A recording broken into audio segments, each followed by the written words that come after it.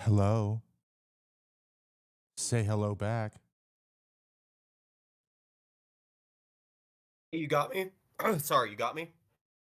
Oh, hey David. I'm just entering the show, dude. But hello. Yes, I got you. I heard you. Guys, that is David. Say hello to David, everybody. Producer David. He will be popping in from once in a while. That is really funny, though. That's the best possible thing that I could have ever had happen, I think. My bad. Sorry about that, guys. You might sound familiar. I will be on camera in one moment, guys. I'm just making sure. We're trying to make a quick adjustment here on the stream. Let's see. Let's see if I'm here. Ayo! Hello, everybody. How you doing?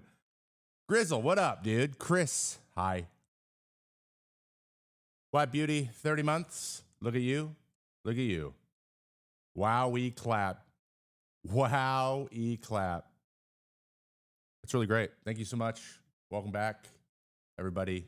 How are we doing? Jump, hello. How are we doing? Good to see you. I see you on the chat, guys. I know the chat's not on the screen right now. It will be in un momento.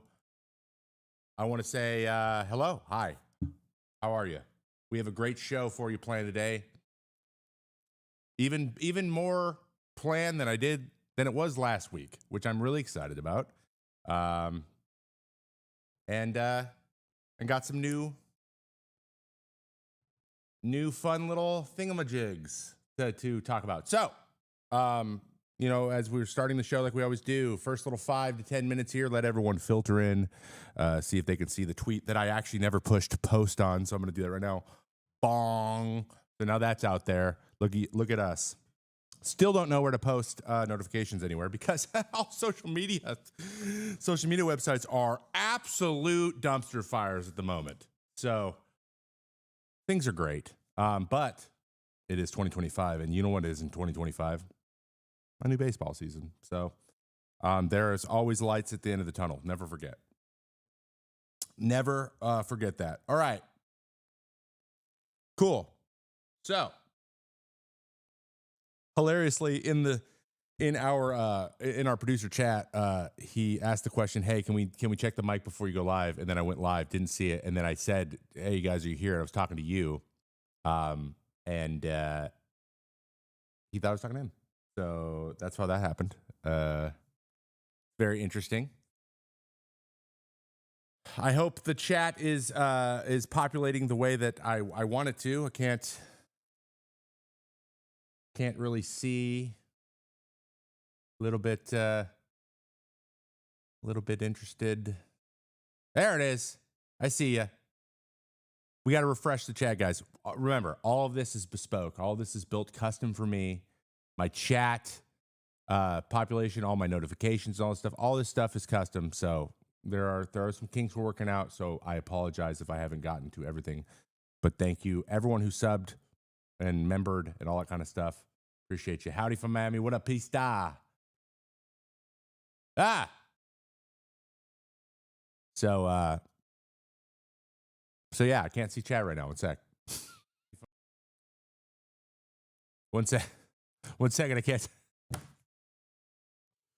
I don't have control right now. I have someone else helping me, has control of my computer right now. So I'm just going to keep looking you in the eyes. I will ask your questions very soon.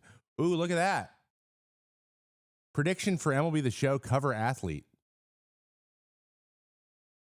Ellie De La Cruz, probably. Well, Shohei's already been on there, right? What up, Flying? How we doing? Good to see you.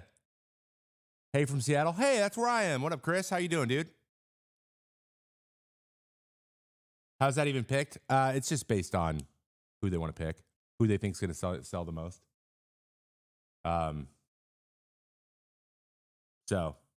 So there's that. Maybe Bobby Witt. Bobby Witt's a great call. Also, everyone, welcome into the show. We are going to do our announcements in a moment. The morning announcements, even though it's the afternoon everywhere in the United States currently. We will be doing announcements in a moment. I just want to get you guys in here saying what's up. Could be Soto or maybe Skeens. Ooh, I think Soto has a really good. That's a good call. I feel like the Ellie De La Cruz was kind of in the Jazz Chisholm side of things. I mean, it comes down to like how you're going to sell games. You know what I mean? How are you going to sell your games? I think Bobby Witt is actually a good call. The problem is, you know, he's Kansas City Royal. Like, you want to pick a team from a big market. Then again, they did pick Jazz Chisholm on Miami. So maybe that doesn't actually matter. Maybe I'm talking out of my keister. Rangers are out on Sasaki as well. We're about to get into that too. We got a lot of breaking news, a lot of free agency, a lot of stuff. But real quick, let's just get right into a little bit of housekeeping.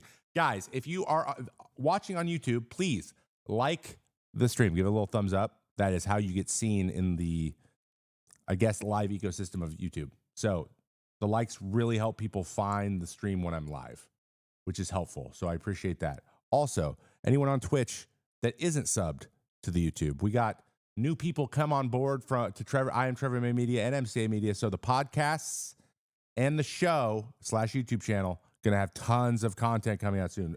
We got different people writing stuff. It's gonna be great. It's gonna be fun. We're gonna have a lot of fun. So make sure you subscribe to that channel so you don't miss those videos. It's not just gonna be Mayday. I know it's been Mayday for the last few months only, basically. But we have some custom videos we're making behind the scenes as well. Documentary style stuff, some fun stuff, some like baseball doesn't exist style stuff. A lot of great, fun kind of narrative stuff. I'm really excited about it, but you're not going to see it unless you're subbed. And the goal is to get to 100,000 subscriptions on YouTube because you get a play button and therefore self-worth. So you know how it is. It's 2025. I don't play Major League Baseball anymore. That was the thing I had. That was the cool thing I did. And now I need to get that self-validation from some other inanimate object. You know how it is. You guys know, right? Right?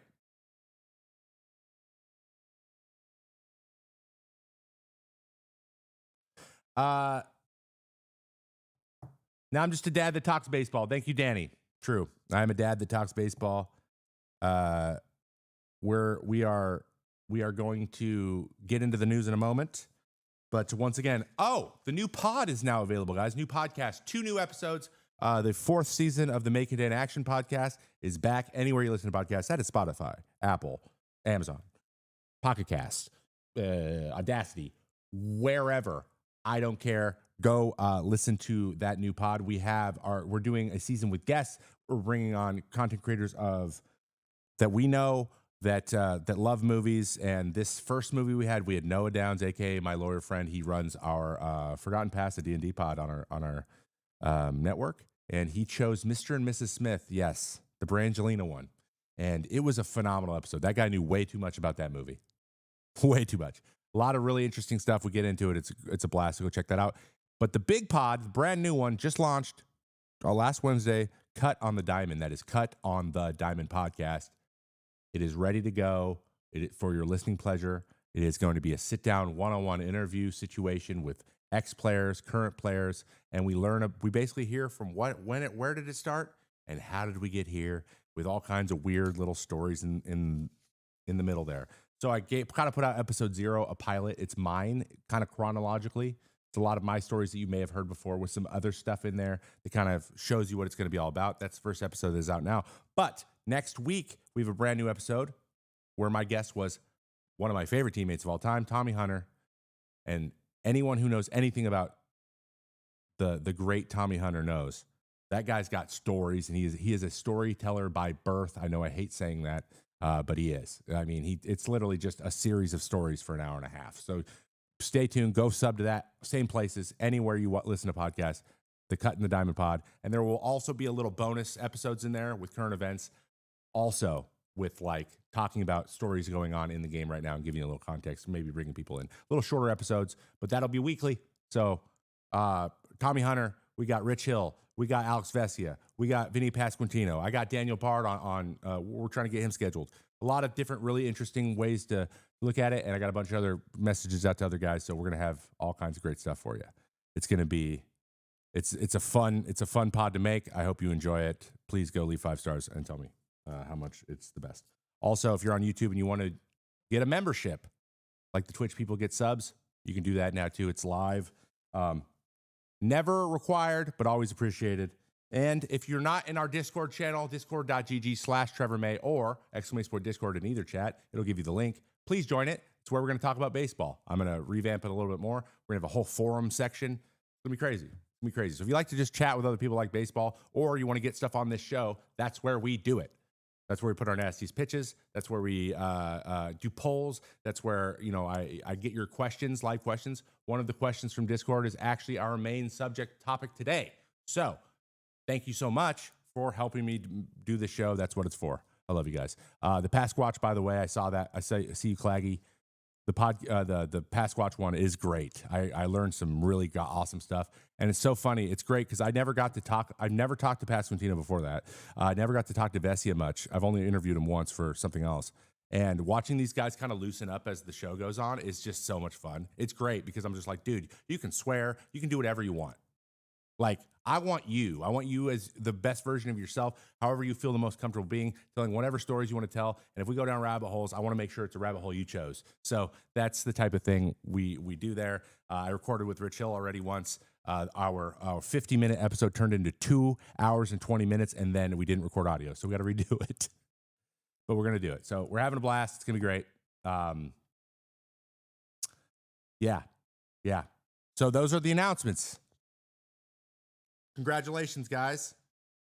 You made it. So maybe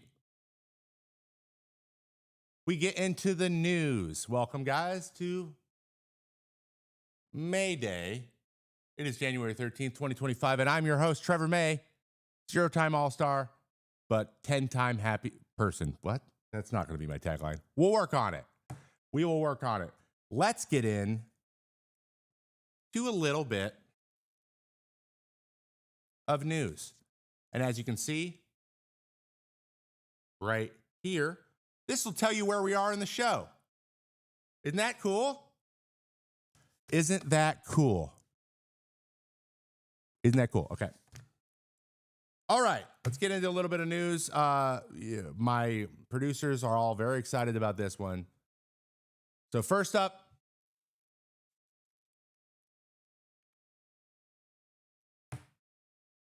hello? Let's get into the news. Let's get into the news. We're in the news now. Now we're in the news. First up, Roki Sasaki. Where is this gentleman going to go? For those of you that are not aware, Roki Sasaki is the 23-year-old phenom from Japan. Yes, there is another one who posted early and is basically an international side free agent. Every team gets a crack at him, and basically he's being courted like it's The Bachelor, which I think is important because this guy could legitimately be a perennial Cy Young candidate if he develops into the player that we all know that he can be. Now, we've had some news. There are a bunch of teams basically made a pitch to him. He went back to Japan, and just so you guys all know, the 15th is International Posting Day, basically. International signings can make their decision starting on the 15th, or he is anyway. And when that happens, basically all the legwork is being done behind the scenes. He's meeting with teams, he's getting their pitches, then he's chewing on them, and then they're all kind of doing it that way. But it turns out he's been kind of putting it out there, at least through his representation, that there's certain teams he's not interested in.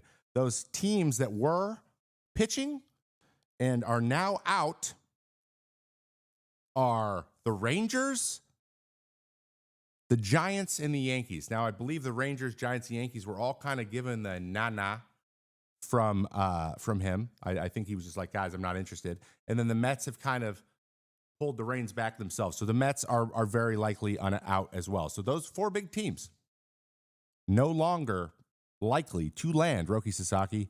There are rumblings. The Blue Jays are currently still in. There are rumblings about the Mariners maybe throwing out some conversations. But the front runners are as follows: the San Diego Padres and the Los Angeles Dodgers. The Dodgers are probably the highest likelihood. So super team continues, but win a World Series at the right time. This stuff tends to happen to you. So, but there were a lot of teams in there. A lot of teams gave him pitches, but those are the teams that we know of so far, which is that all kind of happened today, actually, in the last hour or so. We still got some teams in. I think the Mariners, like I'm the biggest purveyor of the Mariners going to get him. They're not going to get him. It's not going to happen. Don't hold your breath because you might pass out. Okay. Whoever gets Roki Sasaki, let me just say this. The kid is electric, though his velo and his stuff kind of was down a little bit last year in strikeout rate, though still very high, was lower. I think that he just needs to go to somewhere that's good pitching development. That's all we're looking for at this point. I believe that's what he's looking for. He wants to own kind of the Japanese market, but there's a lot of Japanese players now, and it's kind of hard. You're going to be overshadowed by Ohtani wherever you are. So I think at this point, he's just looking for opportunity and ability to develop and a team that will be competing in the near future without it being the biggest market in the world where all the pressure in the world is to become the best, to become the ideal version of yourself today. And that's just not going to happen. So Roki Sasaki, please pick wisely. Thank you. Next up, we have a couple new free agents. Actually, there's 3 of them. We have a handful of free agents, all that there's been reports for each one of them that they might be willing to take shorter term deals. We have Jack Flaherty and Anthony Santander. We talked last week about Anthony was attached pretty strongly to the Blue Jays, and I think he would be a great fit there, especially behind Vladdy. Though signing him would most likely get them over the first level of that luxury tax. So they're at 223, I think, in payroll right now. That would put them they have $18 million to work before they hit that first tier. Now, the first tier is not a huge deal, especially if you're barely going over it. You're just paying 20% tax. So it'll be in the hundreds of thousands of dollars probably. But if you're blowing past it, it can get expensive really quickly. So Anthony, though, now that we're late in the offseason, and you're going to notice this about these 3 guys, these changes in what they were asking for a little bit happened at the turn of the year. And what happens as off seasons continue on, the team gets more and more leverage and the player loses leverage because the closer the season gets, the team can replace a spot. The player can't go get another job in another league. They just can't.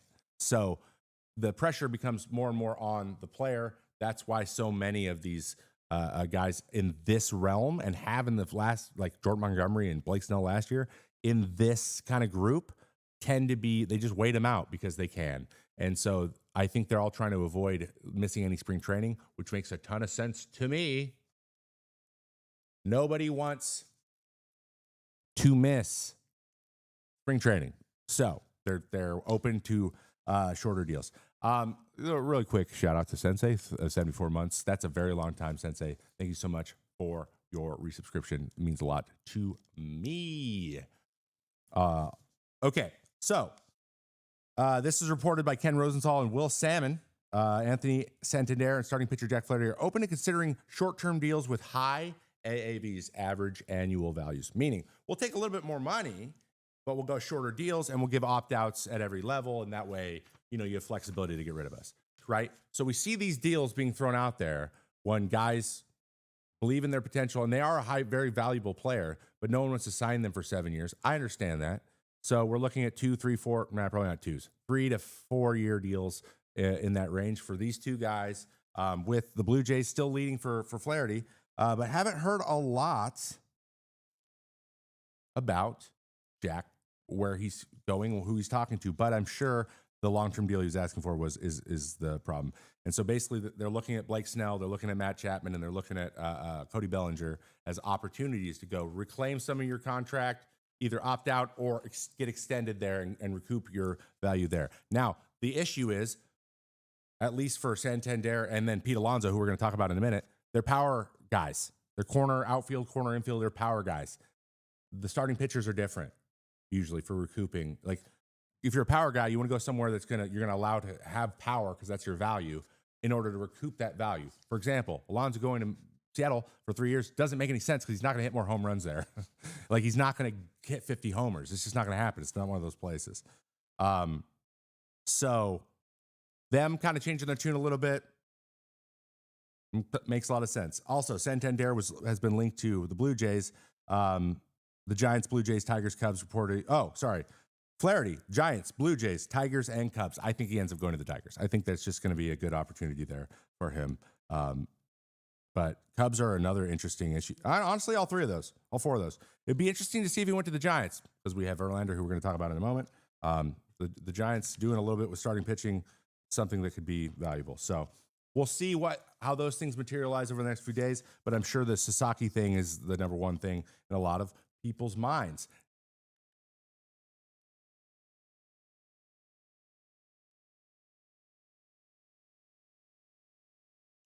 Ooh, bye. I see you. A fun team. We will get to that in one moment. Let me get through the news. Next up, Pete Alonso, same thing, same diff. I know I just talked about him a little bit. Pete Alonso is now being linked to the Mets again, but I believe his AAV is still a little bit too high for their tastes, but I would expect the Mets would be the front runner to re-sign Pete Alonso to one of those short-term kind of value recouping deals, right? And if you're going to do it, I understand Citi Field's not the greatest place to hit for Bauer, but he's done it his whole career. So if you're going to try to, let's go try it again. At least go to the Mets and do it, especially because they have a vacancy and they don't really know what they want to do over there. So Pete's an amazing teammate.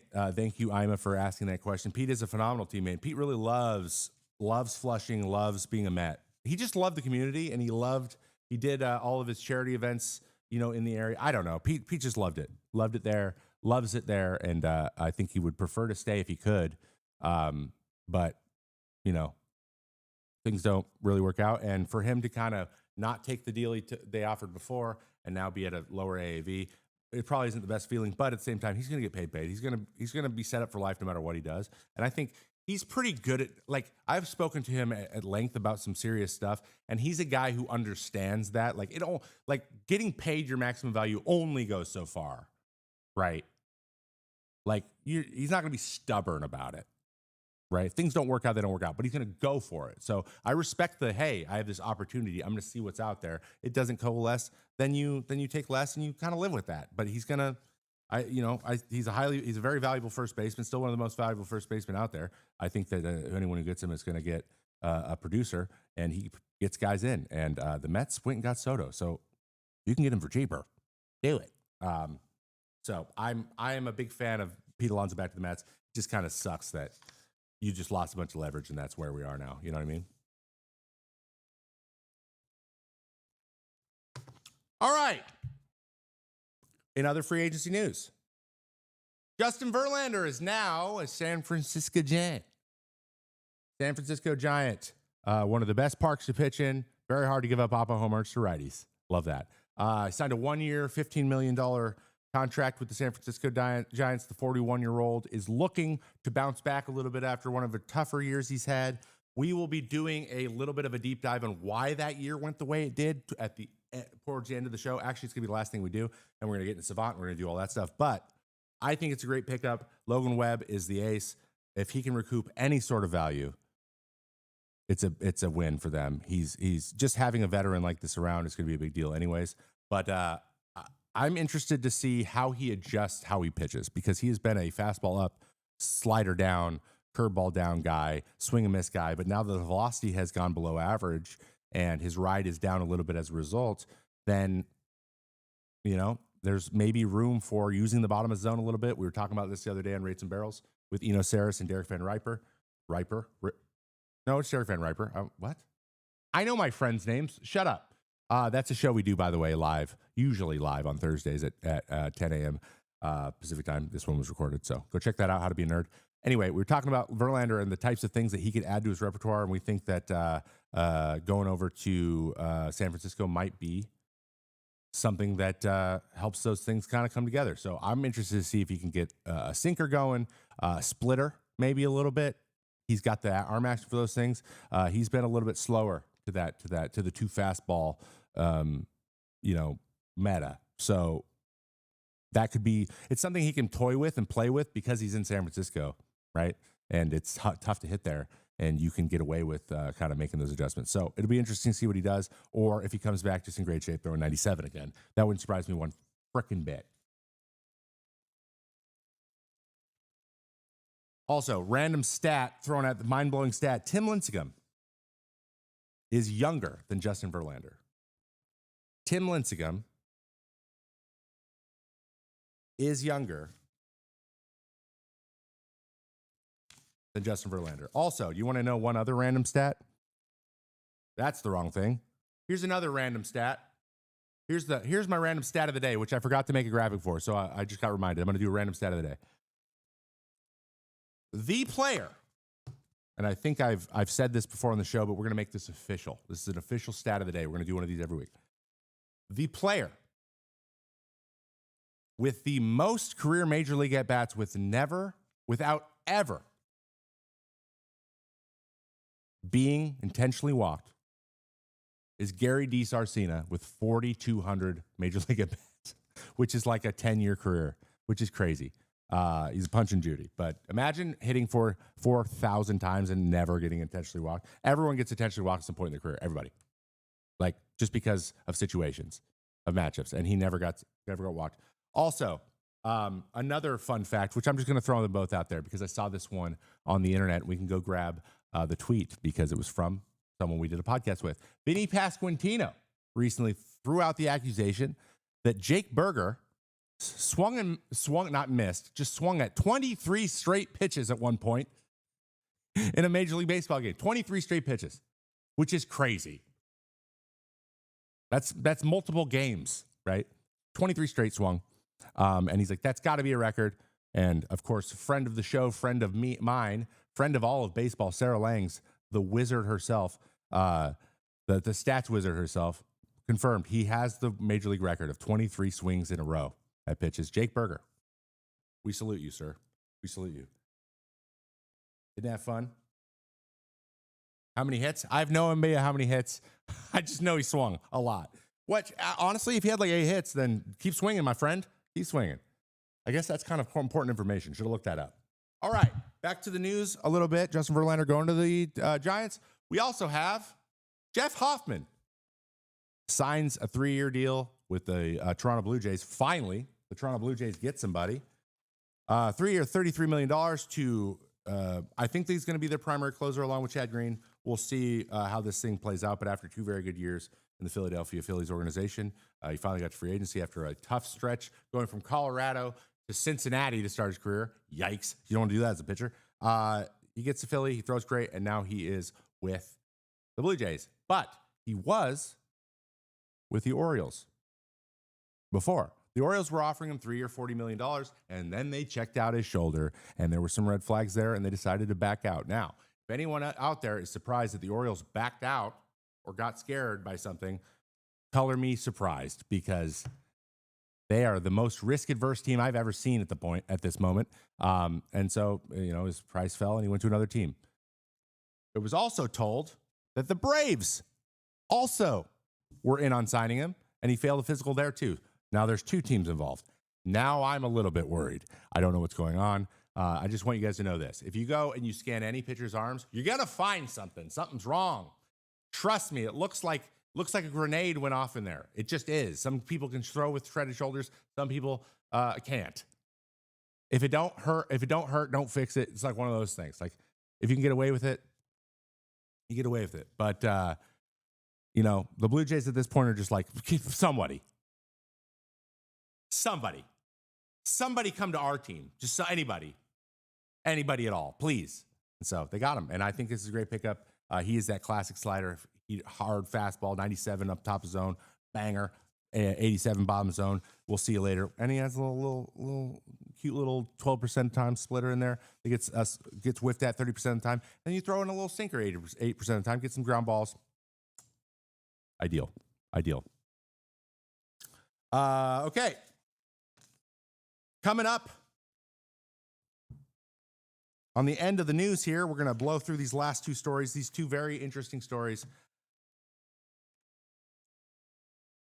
Some new details have emerged that the Red Sox have new City Connect jerseys. Boston Red Sox will reportedly introduce alternate green uniforms in 2025 as a part of Nike's City Connect line, but they won't be getting rid of the Boston Marathon yellow jerseys, so they're going to have greens and they're going to have yellows. I like the yellows. I don't care what you have to say.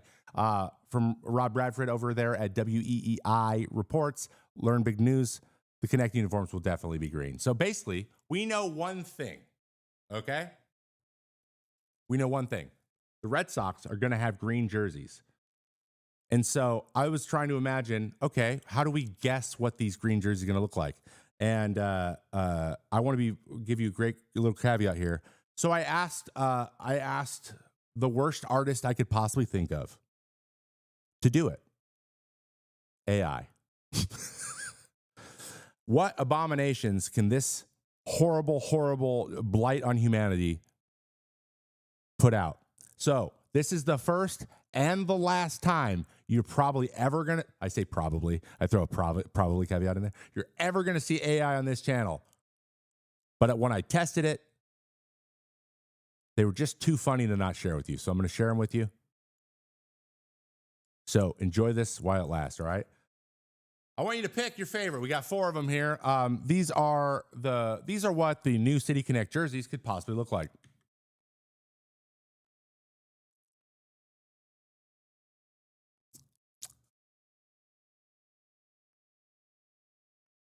What in the Lord of the Rings?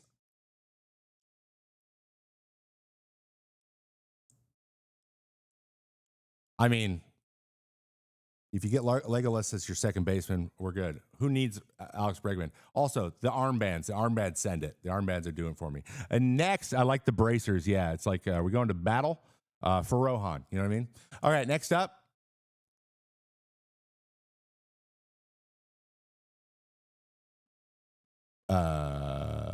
That's a thing. I like the 2 little like Red Sox logos down there at the left. What are they even doing there? You know what I mean? Evidently, it's Boston. Also, he's number 23-8. I don't know.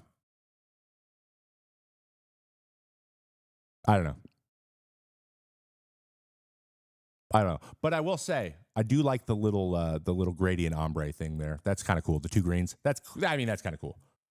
But everything else, stupid.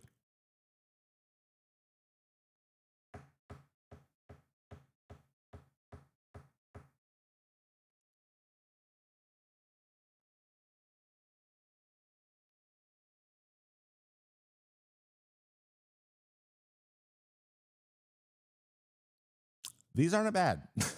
These aren't bad, but like it's so weird. It's like they're like a Legion jersey, and then we have like the pinstripes, but then it says Boston in like their normal. But then we have this. Hold on, we have this little Nike Adidas logo. It's both a Nike. So basically, this is an Adidas jersey that they ripped off internet. I hate AI. We're never using you again. We're here to make fun of you, especially with all the stupid Red Sox logos all over the place. Oh, let's get to the last one. Oh, God. This is all of them together. Boston, number 30S. We got the lime green with the weird things, and then we got the clovers with the extra piece on the top of it. What are those, ferns? Trash. But that said, I think this one is probably the one they should go with. But like, no. But what do you think? Which one's your favorite? Let me know down in the comments. Anyways, all right. Last little piece of news for the day before we get into our main story of the day. Last little piece. Here we go, moving on. Sheil Seidler, wife of the late Padres owner, sues in-laws for control of the team. The team in question, the San Diego Padres. Now, as many of you know, Peter Seidler, the longtime owner of the Padres, passed away fairly recently. I actually don't know exactly when. I can't remember. But his widow, Sheil. That's the first time I've ever seen that name. I apologize if that's wrong. But Sheil Seidler on Monday sued 2 of her brothers-in-law, accusing Matt and Bob Seidler of breaches of fiduciary duty, fraud, and broadcasting her desire to gain control of the team. Basically, they told people that she wanted to maintain control of the team.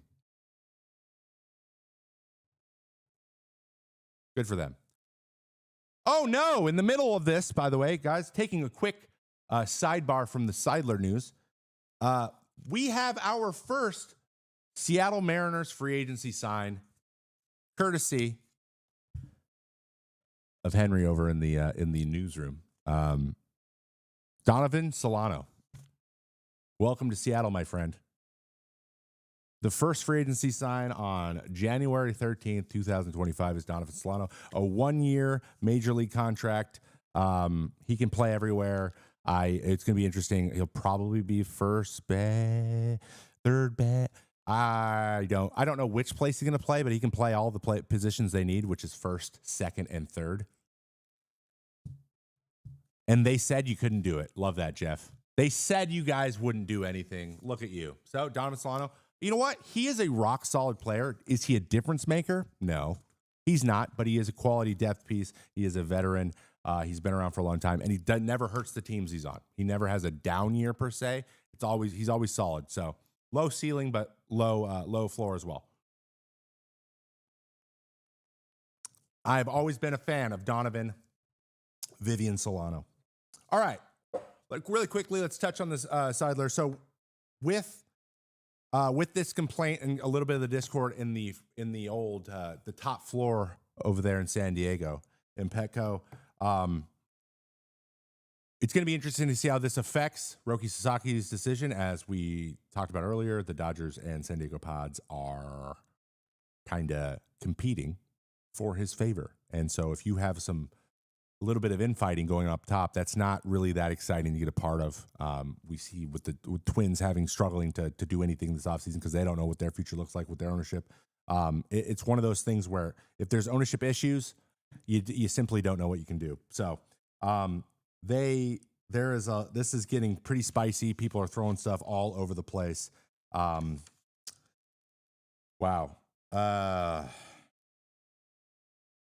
It's very similar to the Angelo situation before they sold to David Rubenstein over there in the Orioles. And now the Orioles have their situation going on where they won't sign anybody. So I hope this doesn't create this. Obviously, they're not going to sign anybody. And we can say that they always never count them out to sign somebody. But for now, right now, I do not anticipate the San Diego Padres signing a new player probably this year. I think we can throw that out the window. So, not great. Not great for Padres fans. I'm sorry, but you still have a lot of really good players, and you're going to compete with the team you have. So at least you have that going for you. Past this year, though, I don't know. I'm sorry. I'm sorry. All right.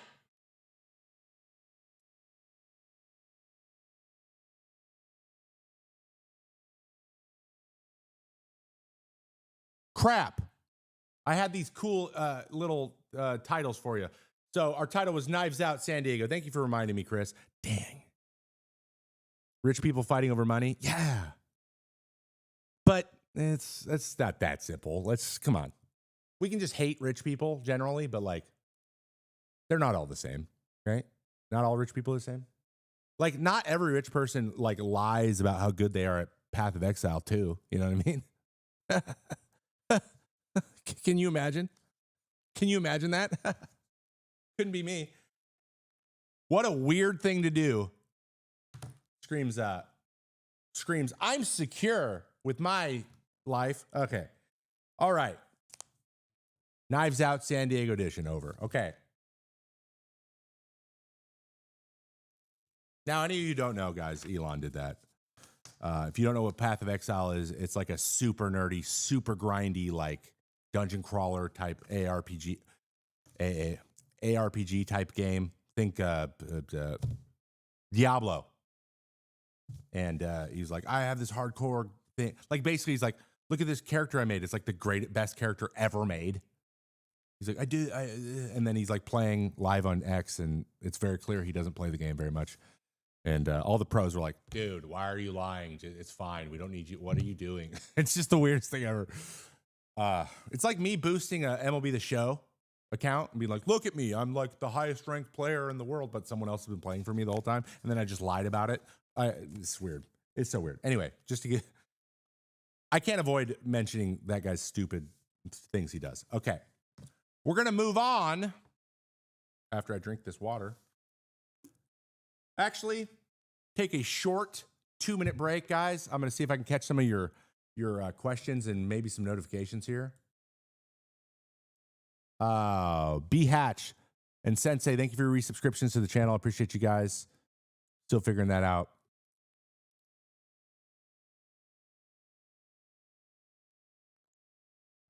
But you actually know how to play them with the show? Kinda. Like yeah, but I wouldn't be good.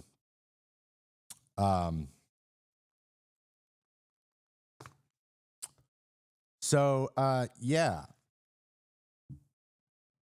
David, I see your message, and the beauty of me doing the show on my own channels is I can just talk to you like this. I see your message. Put the links in the chat for me, but I'll probably throw them at the end of the show. All right. I have a special main topic for you today. This was a question posed in our Discord channel in the questions for Trevor section in the baseball part of our Discord. And they asked about unwritten rules. There's a lot of confusion built around the unwritten rules in baseball. They've changed a lot, especially in the most recent years. And that got me thinking, what unwritten rules do I know? And what context can I add? And it turns out there's a lot. So this is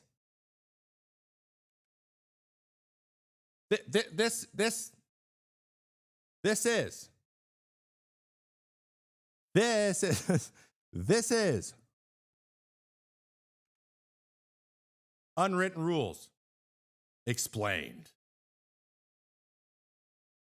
All right, I'm gonna get in the unwritten rules. We'll tell you all about them. So there are three main categories, guys, of unwritten rules in the game, and they are as follows. The three categories are competition, basically how you are supposed to interact with your fellow player or your teammates. What are the rules that are not actually in the rule book that are like, general, like what are the sportsmanship rules and stuff? Then we have seniority. What are all the rules built around people who've been around longer, getting things that people haven't been around longer, aka veterans versus rookies, aka coaches versus veterans, aka in the minors and in the majors, and it's all different, right? It's just like seniors and freshmen. It's the same thing. Longer you've been there, the more priority you get in decisions. And then we have just the baseball gods one. So this is just karma. Don't do that because it's a bad look. Don't do this because that'll backfire in your face and you're going to look like an idiot. And then we have those ones as well. So we're going to go through these big main categories. This is not an official document. I made this up.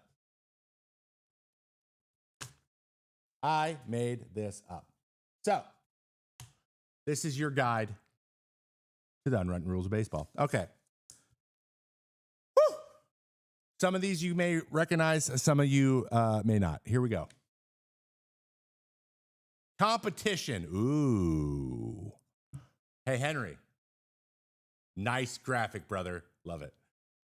Competition is our first category. Never step on the pitcher's mound if you are not the pitcher. You maybe remember this. Dallas Braden threw a no-hitter earlier in the year. A-Rod got out, ran back to the dugout, but ran over up and over the mound as Dallas was walking back up. They started jawing. A-Rod got really, really pretentious and diva-esque, and that become another time where I rolled at A-Rod and was kind of, because he did, like, it's pretty well known that you don't do that, and he was doing it on purpose and just like asserting his dominance. And dude, you have 700 home runs. Like, what are we doing? But that is a rule. You know this when you're a kid. You don't run over the mound. It's just a respect thing. And a player wanted to do it to be disrespectful, and he just happened to be one of the best players we've ever seen. But just add that to the list, right? Never bunt after the sixth inning if your team is getting no hit. Now, this one is going by the wayside. I understand you got to get a hit any way you can get a hit. But basically, you're like, no-hitters are so rare that bunting seems a little bit bush league when it's not going to, unless, now there are caveats. Let me be very clear about this. We'll talk about that in a second. Unless it strategically makes sense. But that's the only exception that where people will still not like it, but they'll just be like, I mean, it's one. So if the game's 1-0 and one base runner could change it, like could tie the game, and nobody's got on base, you're down 1-0, you're getting no hit. You're not getting, like, at that point, you're not getting no hit. You have to get on base no matter what, because you can still win the game with no hits. So whatever. If you're down 9-0 and you bunt to break up a no hitter, your only goal is to break up the no hitter. Come on. I understand it's part of the game, but you got to also understand, like, come on, dude. Like, especially for me, I'm like, look at me. I don't feel bunts good, you know? Come on. Yeah, whatever. It's not that big of a deal. People still do it now. We don't really talk about this one very much. Honestly, I think it's been moved to like the 7th or the 8th inning. If you bunt in the 6th, it's okay. But if you bunt in the 9th to break up a no-hitter, come on, dude. Hit the ball, right? Good old Ben Davis. Hey, fun fact about Ben Davis. He used to catch. He caught for the Mariners for a bit and San Diego Padres. My sister went on a couple dates with Ben Davis. Isn't that cool? Yeah, she's going to love that I said that publicly.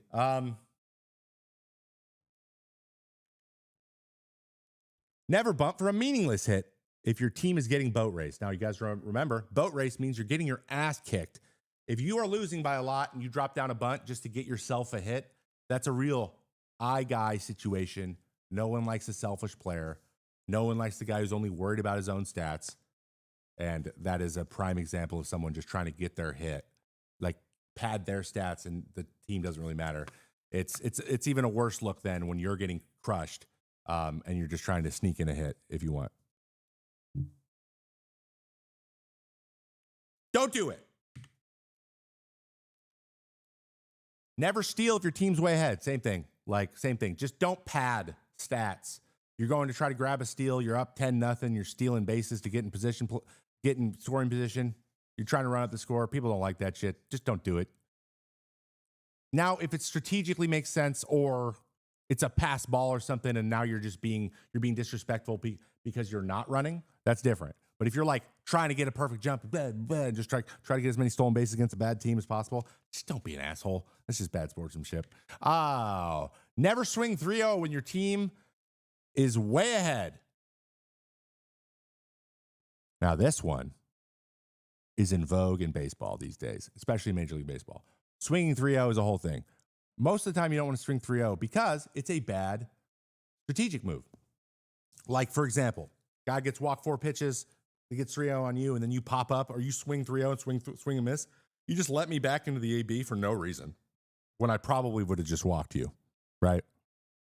Now you're giving me confidence. Like, I feel like you might get yourself out. So maybe I come back with a better pitch. You don't want to. You let me hang myself. Let me hang myself out to dry out there.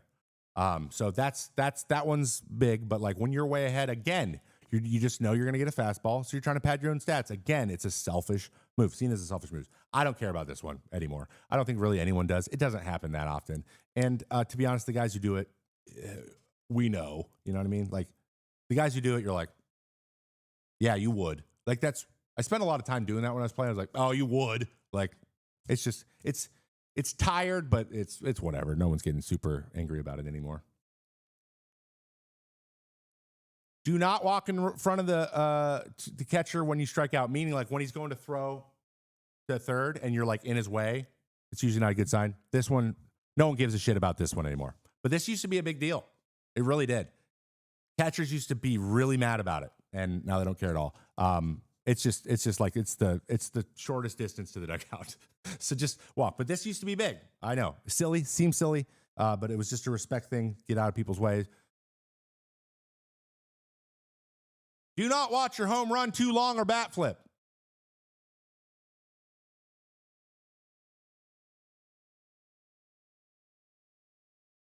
Remember this one? Joey Bats, I'll be honest, he gets a pass for this because I think that you should be able to bat flip in that situation. If you walk off a game, do it. If you're taking the lead, do it. If it's a playoff game, do it. Like if you walk a team off, you can do cartwheels. You can do whatever you want. You could ride a hobby horse. You could do it. I don't care. You could flip me off the whole way. You got me. But if you're doing it in the 4th inning, down 4-0. Tim Anderson had an issue with that one year, doing it a little too early. And also shout out to my colleague over at the radio. Thank you, DK, for that, for actually being the guy catching who called this pitch. Hey, good job, dude. Great job, Jimmy. You screwed it. You screwed it up. You screwed it up. It is an iconic bat flip, but as we know, what did this lead to? Ha! So, if you do the thing, deal with the consequences. That is totally up to you. All right, let's rapid fire these last few. Never stare down a hitter after you strike them out. If we're bat flipping, we're staring down hitters. I'm of the ilk that believes as long as you are not trying to punk someone specific, like I'm not trying, like, you know, all these college World Series stuff where they're like, F you, F, like yelling at the guys. Like I will you can celebrate all day as long as you're not just like trying to be like, you suck, other guy. It's not that hard to just like be happy for yourself while not trying to make them feel bad. Like if that's what you need to do, then that's a you problem. There's something wrong with you. you gotta work on that. But that said, Joe Kelly pissed off about the World Series. I get that one. I get this one. This one was there was underlying thing. But celebrate all you want in the box. As long as we can celebrate all we want in the mound, I'm good with that. Never celebrate strikeout too much. Same thing I just said. That, everything you see right there, fine, do it, whatever. You know, we got the Vessi Avant, right? Alex Vessi celebrates every single strikeout, especially in the playoffs. I love it. Whatever. Hitters see it. They don't like it very much. Great. Soto does a shuffle. You can celebrate. Never make the first or third out of the inning at third base. Now, this is more of a strategy thing, but it's kind of gone by the wayside. Basically, the reason you don't want to make the first or the third out there, right, is because, one, you might be giving away an out if you're in second. So if you're already on second and there's no outs, you have 3 opportunities to be hit in. So don't ruin that, okay? Now, it's okay to run with 1 out and take a chance, because if you get to third with 1 out, you have a sac fly to get you in. So that's why that's the only acceptable one, making the second out. If you make the third out, obviously the inning's over, and you ruined your ability to score, and you ruin your ability to score in scoring position. So you either end the inning, or you're giving away an out, and there's now no one there to score. So when you have a bunch of opportunities, that's why you don't do this. But we have this happening. Elliot Cruz did this a couple times last year, and he got a little bit of flack for that, because the only incentive at that point is, why are you running? It's to get stats for yourself, which nobody likes. Boom! Do not steal third with 2 outs and a non-power bat at the plate. Another old school one. The only reason that this is a kind of unwritten rule, but it's more of a strategy thing, is you don't want to make the third out, obviously. That's one of the reasons. But also, if he's a non-power guy, meaning non-power means makes contact. So that's what they mean by that. The chances that he gets you, you're going to score from second. You don't need to be on third for a guy who's probably not going to hit a home run. Does that make sense? If they get a hit, it's going to score you probably. So it's a pointless thing to do. This is really old school, though. This one's not really talked about that much anymore. But this used to be a big part of old school baseball.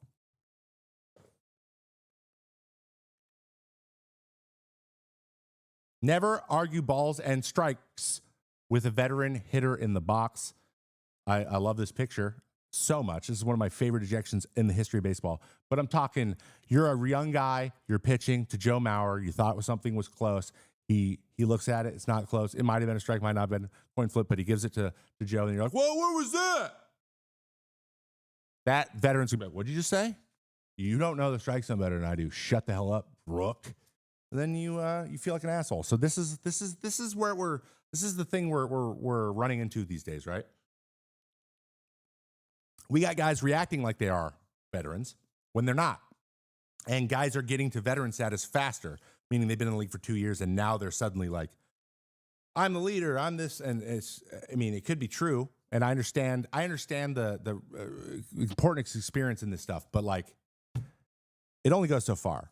So this one's interesting. I just feel like it doesn't really matter that much. We don't see this very often. I don't think that veteran hitters care that much. The strike zone's changed so much recently, and it's kind of governed by technology to the point where it's really not the umpire's fault anymore that much.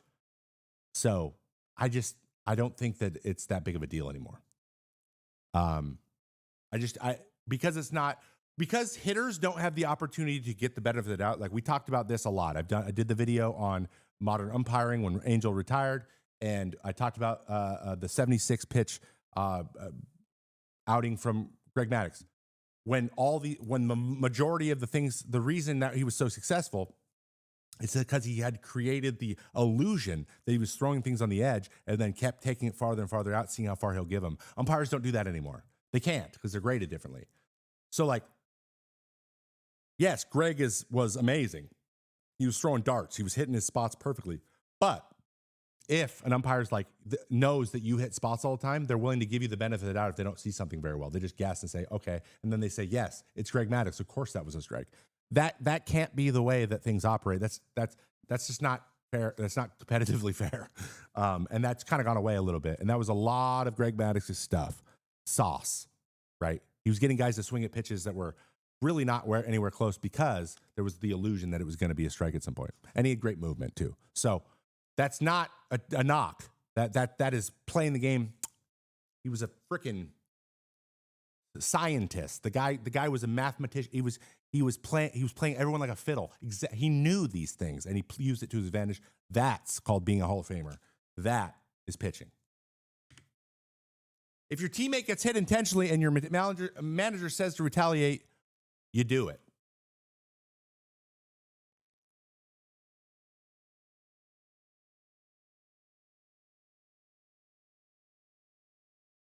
Yeah. Yes. It's true. Now, it happens way less now. Honestly, it happens almost never now. Anything that happens in this way or like brushing back is usually just players. Like players taking exception. Managers aren't like the old school managers that would call for this. And this is headhunting. Let's be very freaking clear here, right? This is you hit them in the meat of the butt or you don't hit them at all. I would rather you not hit. That's what I heard. So all through the minors, if you can't hit them in their butt, don't do it. But I'll know. But you better be able to do it. It's one of those things like, don't do it if you can't throw it over their head, not throw it over their head, but you better do it. Like, it was one of those things like figure it out. Yeah, I was asked to, and I did it once. That's all I'll say about that. And fortunately, I did the butt thing, so it was good. But it was crazy. What if a teammate who got plunked asks you, though? I mean, honestly, if a teammate gets plunked and asks you, I don't think there's an opportunity for you to say no to that. I don't know how you do that without causing an issue. It depends on the guy. It depends on the guy and then how comfortable you are saying, nah, fam, I'm not. You have to have a good reason, too. It's got to be a good spot. It's got to be the situation. You can't put someone on, first for free. But it is a thing. That said, the thing is, the problem with this one is we don't know any other thing to do. Like, there's no other thing. There's nothing else. Pitchers have one thing. We throw the ball. Like, that's all we can do. So, and policing yourself has always been part of the game and always will be. But that said, if you cannot figure out a different way to do it, we got to find something else. Never throw at a hitter's head. Now, you may remember this very famous picture from Pedro Martinez. He says he was saying, think about it. But it was a little bit weird when he hit a guy. I forgot. Was it A-Rod? I think it was A-Rod. Was it A-Rod? Who did he hit, guys? Who was the first one? So they had the big rivalries, and then we had the head point. Jeter. It was Jeter. Yes, it was Jeter. Jeter's the captain. That's who you go for, right? So this was an example of that, but he did throw over his head. He threw behind him, and that's a no-no. Don't throw it at heads. You got to hit him in the butt. But you also might not want to hit them, and the best way to miss them is to throw real high over their head, a.k.a.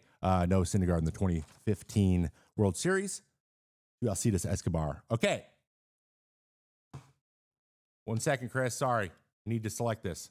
Thank you. Go ahead. Never show 3-0 just to pull back. Are we in high school? If you do this, you're a loser. Don't do that shit. Don't fake bunt to get a ball. All right?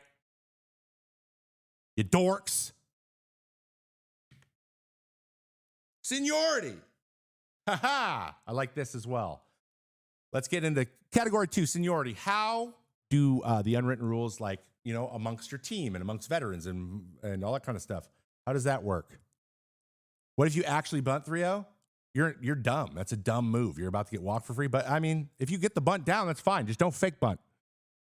All right, let's talk a little bit about seniority. These are my favorites because I exercise these. Never call an umpire blue. A lot of you may not know this one. I learned this in minor leagues when you're in rookie ball down in Florida. Like if you're starting pitcher, you're not pitching that day. You stay for the game, and then you might be on foul ball duty or like running the balls to the umpire between innings. And ran out. He asked for the balls. He grabbed them, ran out, and he was like talking or not looking at me like a blue. And he looks at me, and goes, "What'd you call me?" I go, "My bad." And he goes, "Never." He goes, "Hey, Rook. Never effing call an umpire blue. It's Chris. You learn my name. I'm a person." I'm like, "Okay, my bad." I was like, "Oh, my bad, dude." And I handed it to him. Never called an umpire blue ever again. So there is a respect thing there. But alternatively, if you want to insult an umpire, just start calling them blue, especially if you're a player. If you're on the field, just be like, "Hey, blue. Come on, blue. Figure it out, blue." I have a couple other teammates that would just always call them the wrong name on purple on purpose. Like Daryl. Daryl was a good one. "Oh, come on, Daryl. It's nowhere close." Stuff like that. So don't call umpires blue. That's for heckling. On the bus and the plane, rookies sit together when there aren't enough for everyone to have their own row. Meaning, you know, playing Boeing, they're Boeing 737, 740, whatever the hell they are. There's enough rows where everyone gets they either get their 3 seats or they get their own seat, right? And on the bus, usually there's 26 guys on the roster. There's like 20, I think it's 28 to 30 seats total. And there's no like staff or anything on your bus. It's all players. So usually there's seats available as well. So everyone gets their own seat for the most part, but sometimes buses are a little shorter. So the rookies we call it double up. You got to double up if you are a rookie. Veterans always get their own seat. So I always got my own seat. I was looking around, I was like, don't you even. So you get on a bus late. It's like one of those ones where you have a bunch of people there. People's families are on the bus with them too, because it's a family trip, and the bus is full. And then we got guys who are not with their families. Super vets just sitting there like, don't you sit next to me. So it's like very much like in Forrest Gump, where he's like, seats taken. It's like that. And I love this one. I love this one because I was a veteran for a while, and I got to say, get in the back. Nope, that's my seat. Get out of there. So rookies always do that, and most of them know, but there is issues in the past. There has been issues in the past of rookies having their own seat, not giving it up, and they're becoming a scene. That has happened. I've seen it happen a few times. Pretty stupid, frankly. It's pretty easy rule to follow, but it is a thing. It's a hierarchy. Veterans always pick the music. Clubhouse, on the bus, in the weight room. If there is a veteran with the most service time, he gets to change the music to whatever he wants. Max Scherzer walked in the room, he changed it if he wanted to. Sometimes he didn't. He didn't care most of the time. But if it was something he didn't like, he's like, nope, and he would just turn it off. Clubhouse, whatever, right? Usually someone gets designated as the clubhouse guy, and then everyone's just okay with it. Like Francisco Lindor didn't have the most service time, but he was doing the clubhouse music because it's just easier if one person is in control. But like on the bus, someone has control of that. Tony Kemp did it for the Mets, for the A's. No one else got to do music. Tony Kemp chose music. And you know what it was? It was Drake. It was always Drake. It was Drake every time. Love you, Tony, but oh my God. Please. Anything else, please. Always wear metal. Hold on. Did I skip a bunch? Oh, I skipped so many. Hold on. Close your eyes. Jesus. One sec.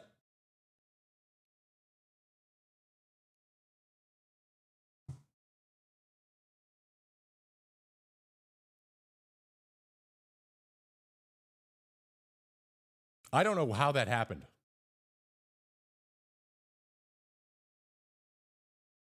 Where is it? Oh my God, there's so many. All right, we're back. Back to it.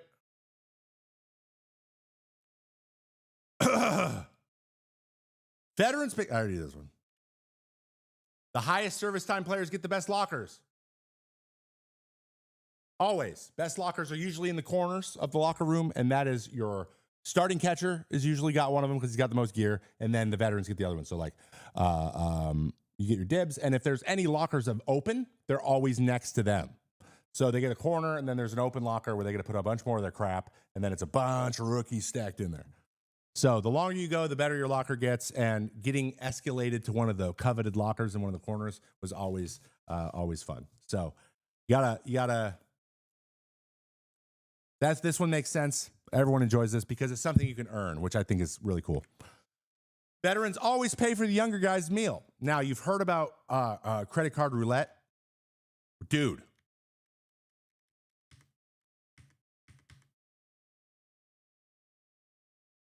You've heard about credit card roulette. Sometimes that happens. Okay, so if it's a bunch of young guys, they'll do credit card roulette, or there'll be one veteran. He'll make them do credit card roulette. Everyone throws their credit card into a hat. They take one back.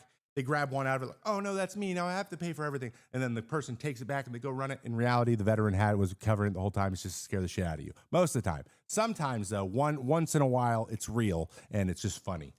Especially when you get all the guys on got high signing bonuses, because that's one of the things we make them tell us.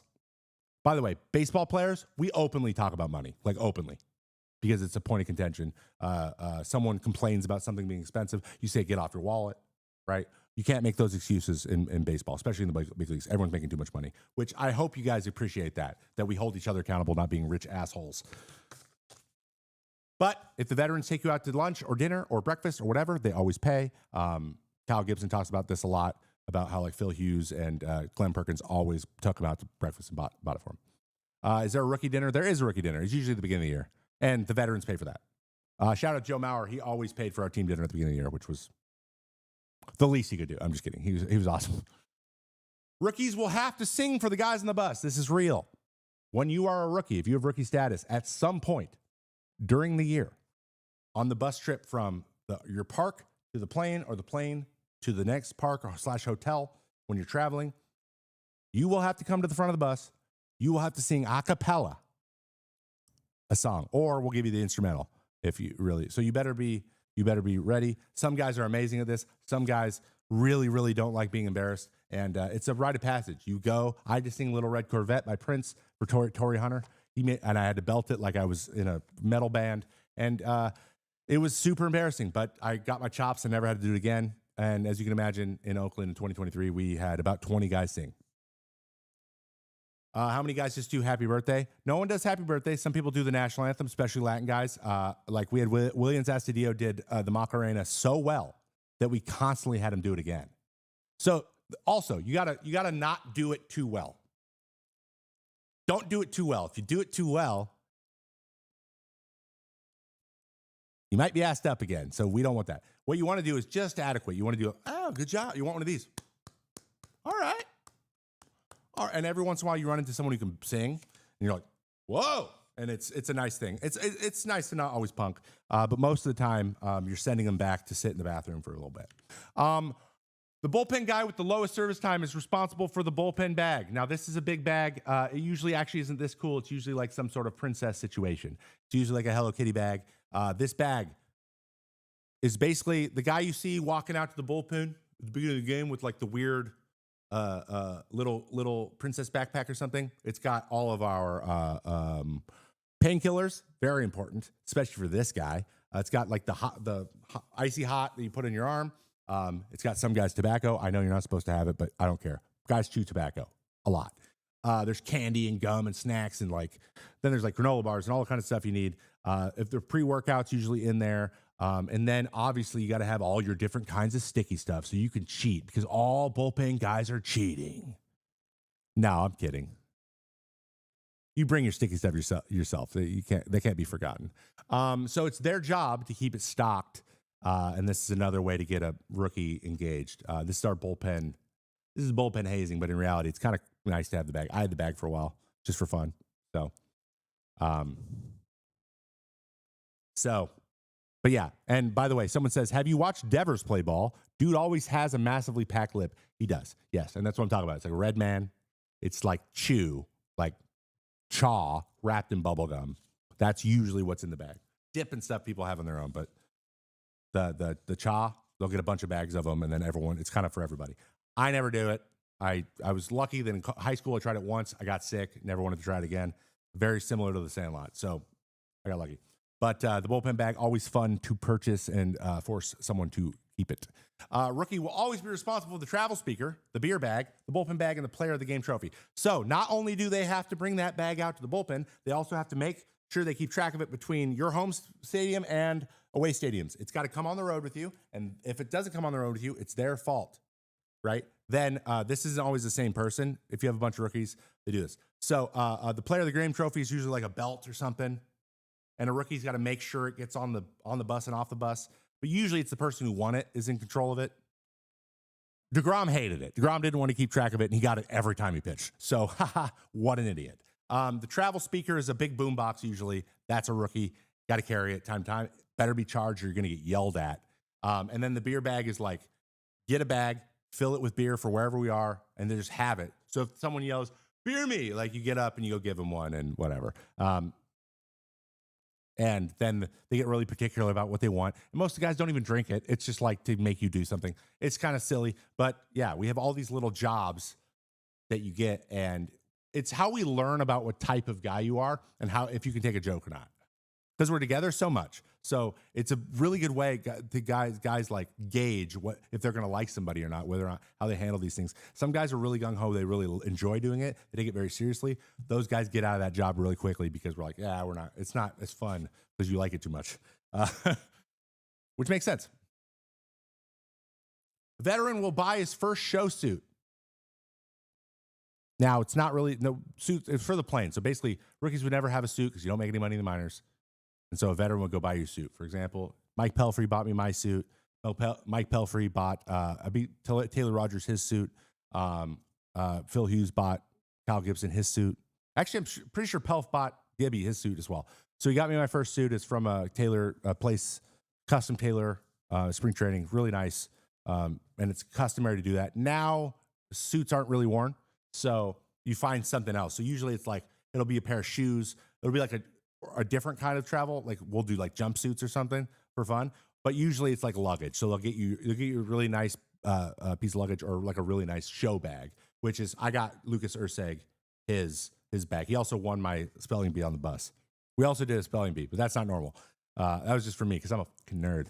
So, and he got a nice Dior bag, which he still is rocking to this day. And it looks pretty dang good. That guy's got exquisite taste. Kind of bougie. Who would have known? You know, they call MLB a fraternity, but man, it seems like the truer than more I learn. I mean, honestly, it's the same thing. We're pretty much living all in the same house. It's the same thing.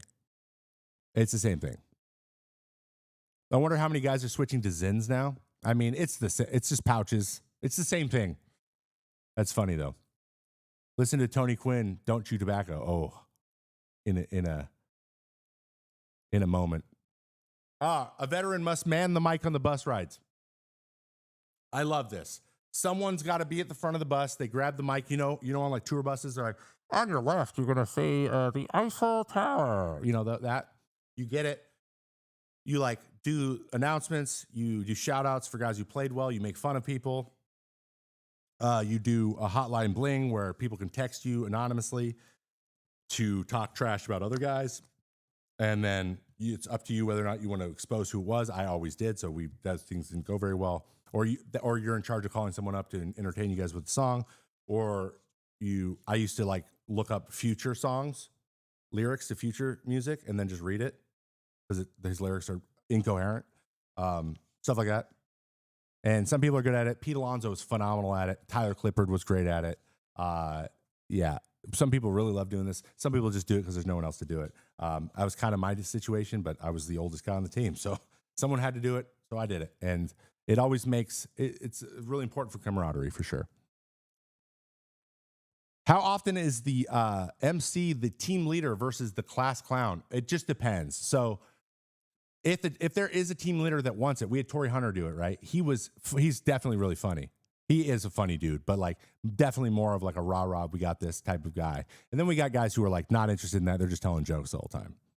Pete was more of a leader too, honestly. A little bit more of a class clown, but it just depends. Like it's not something a lot of people want to do usually. There's very rarely two guys that want to do it. So like Tony Kemp sit with me up there. He did not want to be on the mic. Not all the time. He would pop in and cameo, but he didn't want to be the one driving it. Rookies must participate in Rookie Dress Up Day. Now, Rookie Dress Up Day is usually your last road trip of the year.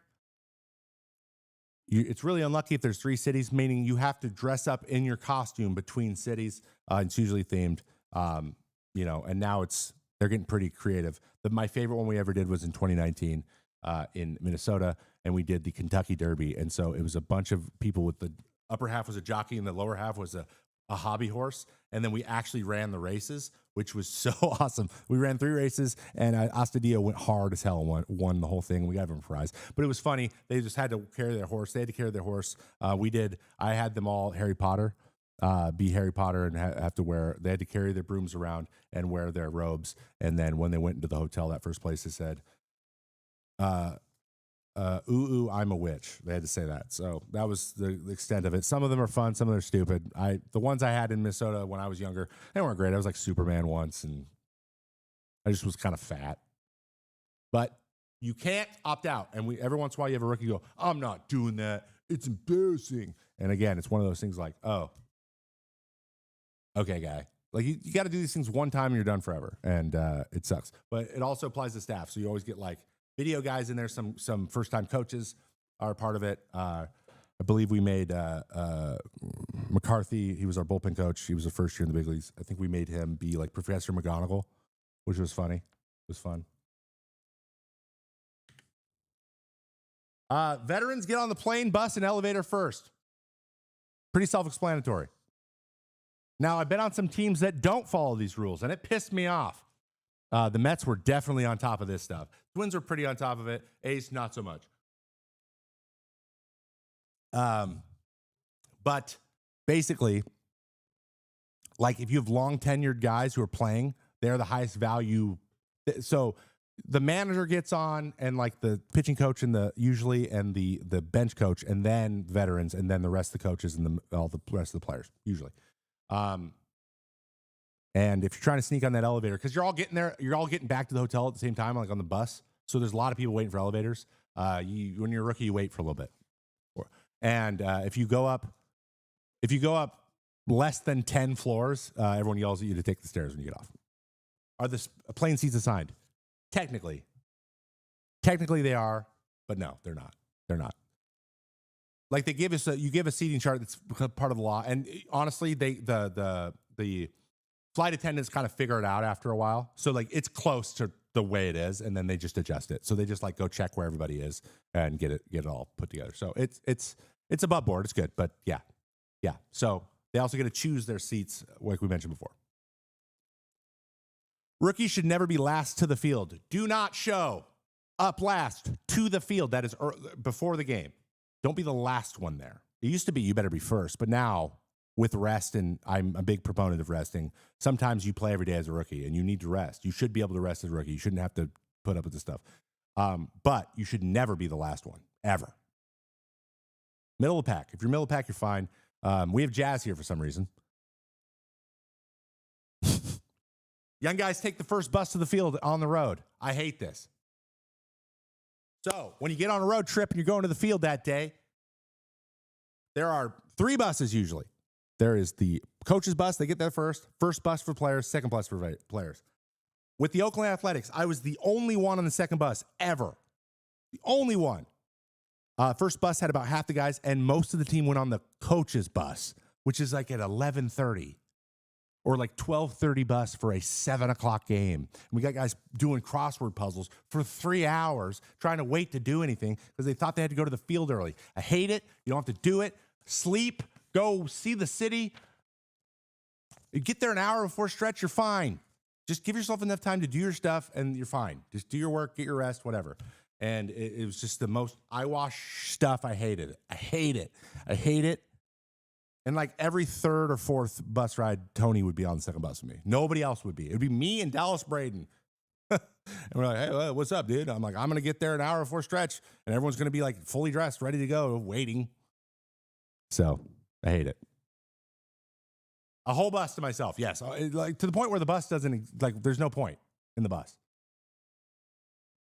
Take the bus.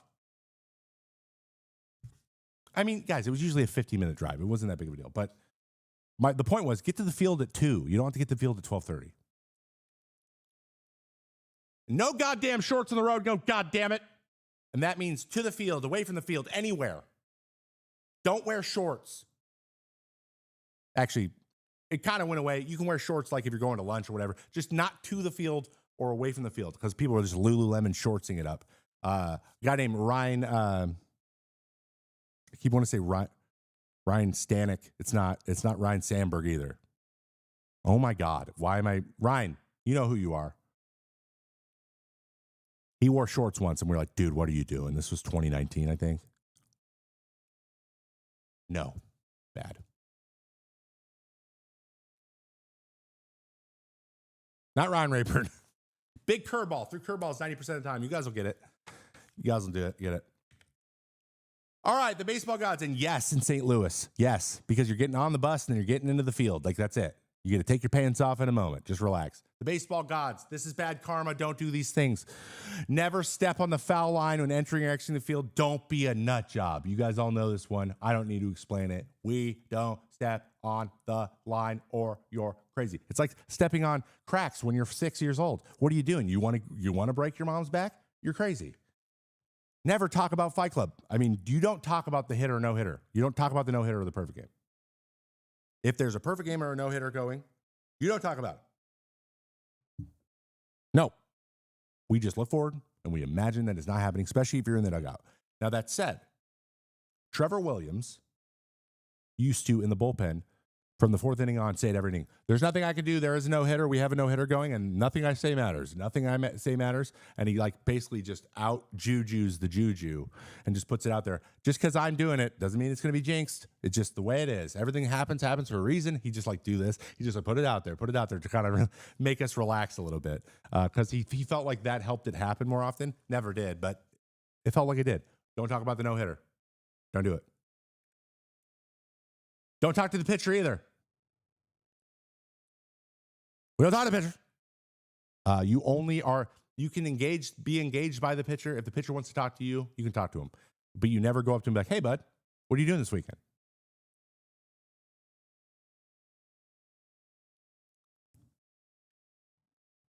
Also, John C. Reilly, remember him? He was the catcher in that movie. How crazy is that? Isn't that crazy? Respect the home team's pregame routine. Don't stretch in center field, high schoolers. Now, this isn't a big deal in Major League Baseball anymore because you have your own facilities. But like I remember in high school, when a team stretched in center field, we hated it. Especially if they came to us and they did that. Oh, no. Based on nothing. Does it matter? Not really. No. But there is one funny thing. Pitchers are usually out there throwing during someone's BP because we have to, especially if there's early BP. People are hitting on the field when we get there. And they just always seem to be trying to hit it in the direction we are in. But we're relievers. Who gives a shit? You know what I mean? So anyway, respect the other team. No one really cares about this anymore. Never show your teammates on the field. Now, this is just fun. They're just having fun here. But I will say, there's been a few bad ones in the past. You never throw your hands up. You never say, what are you doing during the game? You talk about it publicly. This is a sportsmanship. This is a respect thing. I will die on this hill. Don't do that as a pitcher. You can be frustrated and you can be pissed off, but they know what they should have done. And if they don't, then light them up in private.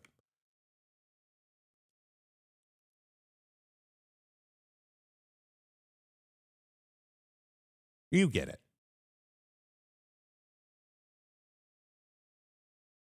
You get it.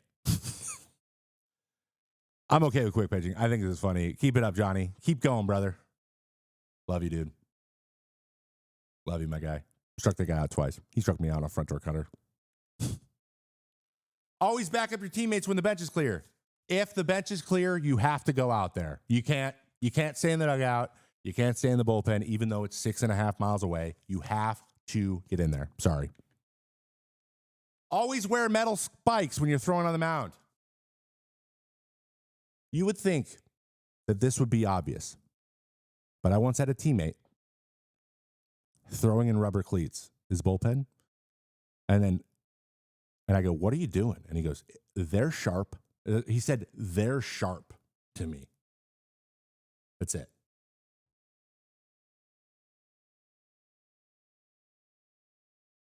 What? You know what he did? He ended up breaking the bottom of them off. Fortunately, it wasn't in a game because you actually have to wear metal cleats in games. But if you're throwing a bullpen, wear metal cleats or you look like an idiot. All right. What do we got? Anything left? And there you go. I hope you got a nice comprehensive list. Those are the unwritten rules, as many as I could possibly think of. I think that was plenty. I'm pretty sure I just told you 50. If you like this video, because this is going to be on YouTube, leave a comment below on any unwritten rule I might have missed. Maybe I'll put it in a part 2. I don't think we're going to be able to find enough for a part 2, but maybe. And like and subscribe to the video, to the channel, because I'm, the 100 YouTube thing. I'm trying to get to 100,000 subs because it would feel good. Thank you. Yeah, that completes our main subject, which went way longer than I would have thought. Okay, we have a question from the people in the audience here. It says, "What about JT Realmuto reacting to Jared Hughes running in GIF?" So it's funny. That was just perfectly timed. But actually, JT was actually frustrated by the shake. The pitcher before him, he had a pitch he wanted. The guy shook to another pitch. So he shook away from the thing. He's like, "That's the best pitch." He threw a different pitch, gave up the single. So basically he's like, "Dude, come on, just listen to me." Right? It was related to that. It just so happened that Jared Hughes, who sprints into the mound, he's still one of my favorite dudes to watch pitch, he was doing it. And it just so happened they caught him going when Jared Hughes is running, because he's a big goofball, which I thought was one of the funniest. All right, Donovan Solano, we have an update. $3.5 million and $1 million in performance bonuses. 1 year, $3.5 million. Not bad. Bring it home, Donnie Solani. All right, so we had another subject that I am probably going to save for another day, so we're going to get past that. Guys, this is the Ask Me Anything portion of the show. I would love to get to your comments. I'm going to check in on some updates here on notifications. I don't know if those are updated. Guys, anyone who is subscribed, we're going to have to get this. I need a better system than this, so we will update this in the future. But thank you so much for all of your support anywhere you're doing it, either whether it be on YouTube or be on Twitch. I always appreciate it, and I'm going to get better at being on top of this stuff. I promise. I promise. So, all right, we got a 44-month sub.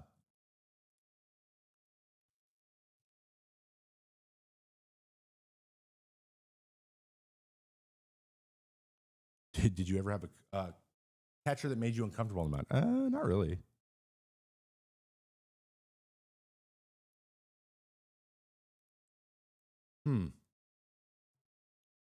Do I think the Cardinals are too afraid to admit they messed up of signing Contreras? I don't think they're afraid. I don't think there's any reason to do that. That's probably mostly what it is. I just don't think there's a reason to do that. Oh, there we go. D Money, 44 months. B Hatch, 2 months. Sensei, 74. Marcy, 57 months. Zoo, 50 months. White Beauty with a 30-month. And Petey, 2424 with a brand new subscription. Right now. Guys, you are on Twitch. Remember, you have Prime Gaming subs. Free. You have 1 free a month.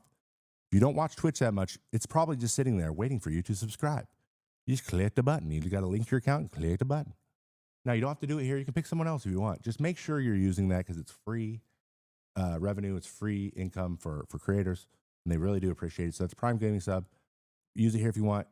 You can get all the emotes and stuff. It's all nice and fun and all that kind of stuff. But if you don't want to, you don't have to. But I appreciate you either way. Thank you so much.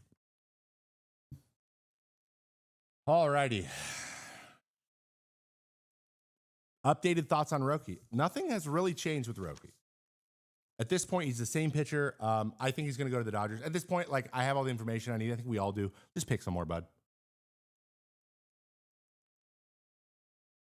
Just pick somewhere, my dude. All right?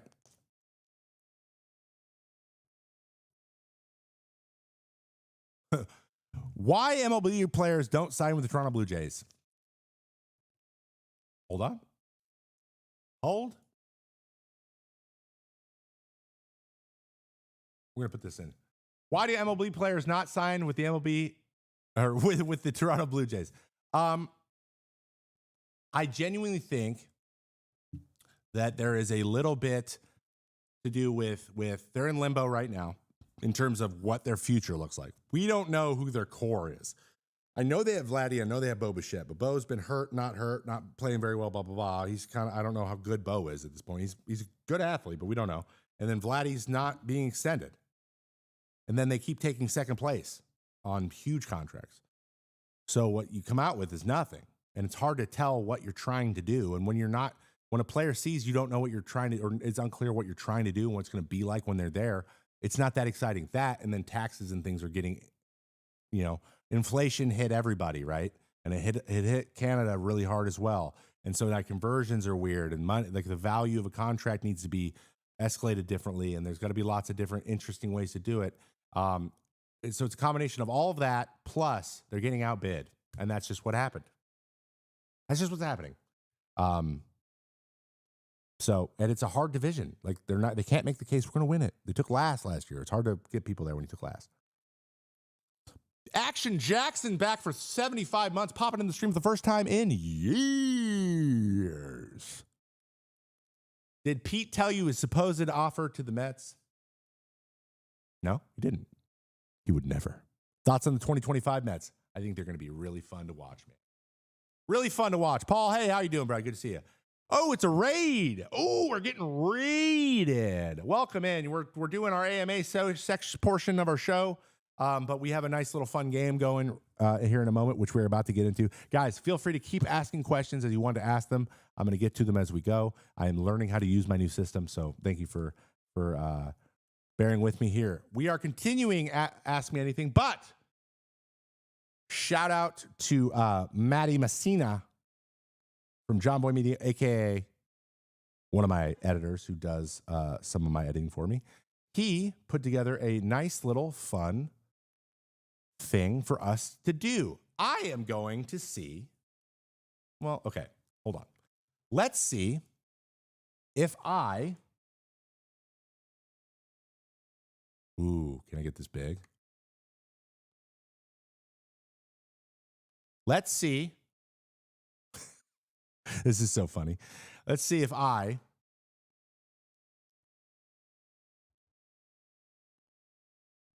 can guess every hitter that hit a home run off me in 15 minutes. What do you guys think? Also, go give Action Jackson a follow if you don't already. Been playing a lot of Marvel Rivals these days.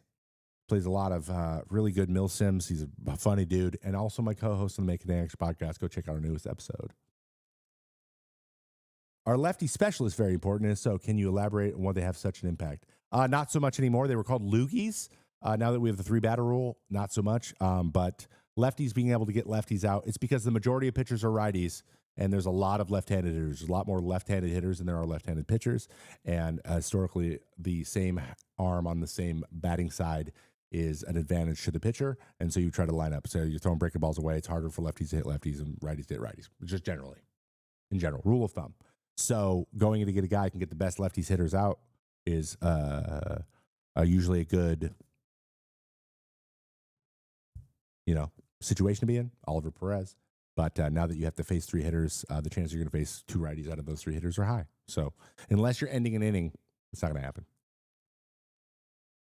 it's not that important anymore. Loogies have gone the route of pen and paper for the most part.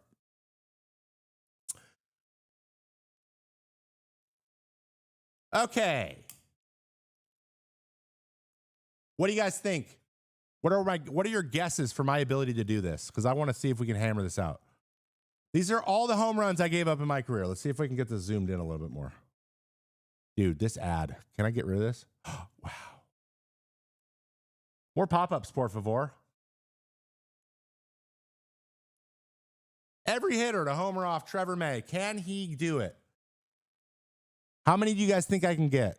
We don't have to go for 15. Actually, I can change this, can't I? Can I change it? No, I can't. Okay. I'm going to go in 10 minutes. I want to see how many I can do in 10 minutes. Get your guesses in. You think I can get 90%? I don't know about 90%, but I'm going to try to do all the random ones that I can remember because I know there's some guys that I'm going to forget if I don't get them out in my head quickly. So, practice mode is untimed. Well, we'll just go till this is 5 minutes. It's fine. Whatever. I don't need points. All right. So, can I remember every home run I gave up? Let's see. We're just going to go hard. I know who the last one was, and he was the only guy I ever gave up 2 home runs to. So, here we go. Play quiz. Here we go. Louis Robert.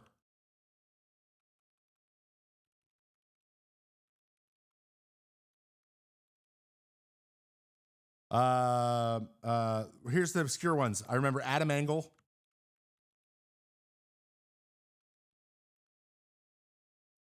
Engel? Yeah, I knew it. Another one, Naquin.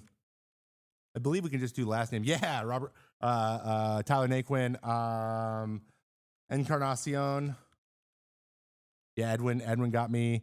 Ty France. Now I'm going to just try to do these in order. At Baltimore, Austin Hayes. Adley Rushman. Is it Rutschman? Chat, how do you spell Rushman?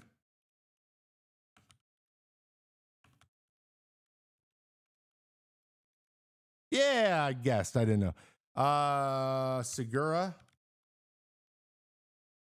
Ooh, I'm doing these in order. At Atlanta. Riley. Oh, Adrianza got me. That was the last one of the year. Oh, no, it wasn't. Versus, no, that's Contreras. Hey, at Arizona. Ugh, Walker. At Washington, Soto. Yankees, that's Judge. Frick. San Francisco, I did Chris Bryant. And Yastrzemski? No. I don't know. I don't know who the other San Francisco. These were back to back.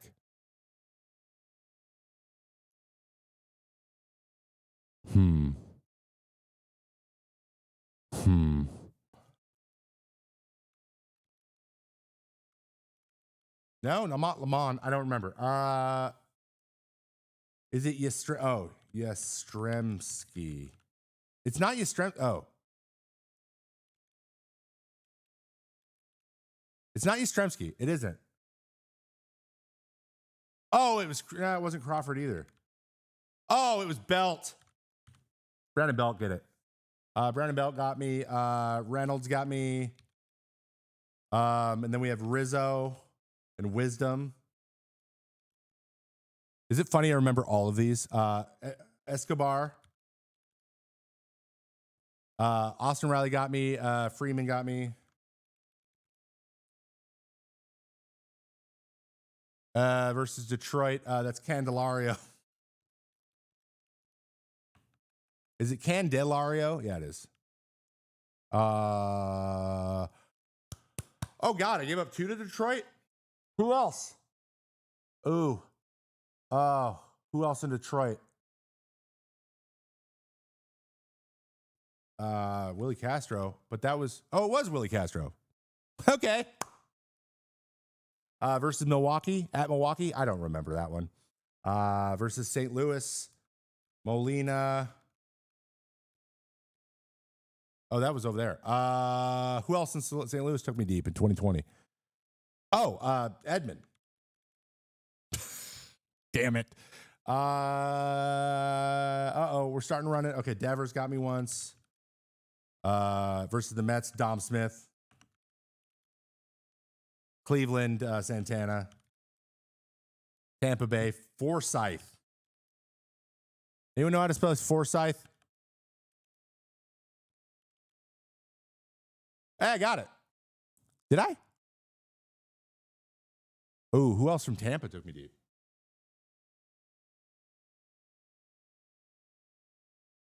Who else from Tampa took me deep? Adamas? Yeah, it was Adamas. These were back to back. Adam Engel.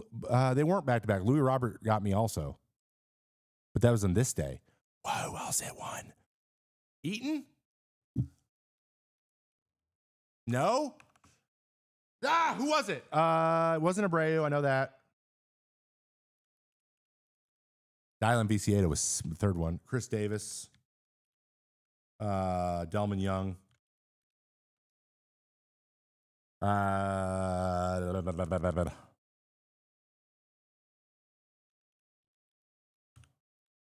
Gillespie. How do I spell Cole Gillespie? I don't remember how to spell his last name.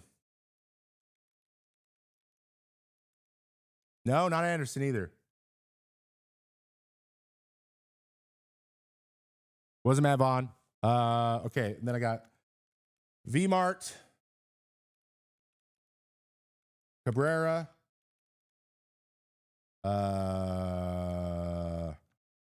JD Martinez got me too.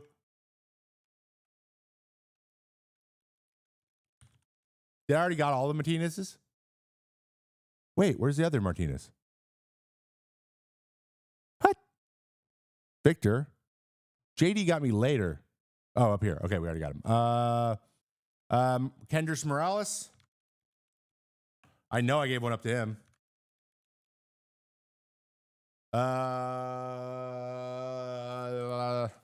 Louis Robert Jr. gave up the 2 to him. I already got him on there. Jed Lowry.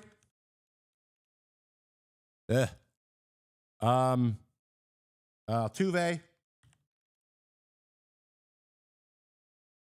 Who else in Kansas City took me deep, dude? How many homers did I give up to those guys? Dude, how many homers on September 11th against the Yankees did I give up? Jesus Christ. Didi Gregorius.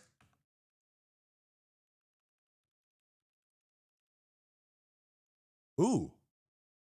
Did I give one up to Didi? Oh, I never gave him a home. Yeah, I did, didn't I? That's not how you spell it, is it? Oh my God, it's Perez.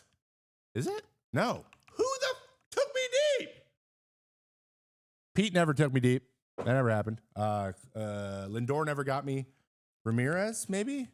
No, he never got me either. Dude, I'm freaking blanking. Oh, God. Not Chad Pinder. Who is the guy who was Chad Pinder before Chad Pinder? For the A's. Dude, I don't remember any of these other ones. 41, that's not that good, dude. Not Piscotty either. Gordon, I believe. Yeah, I think Gordon is a good one. Now you guys are helping, but I don't care. Gordon. Not Alex Gordon.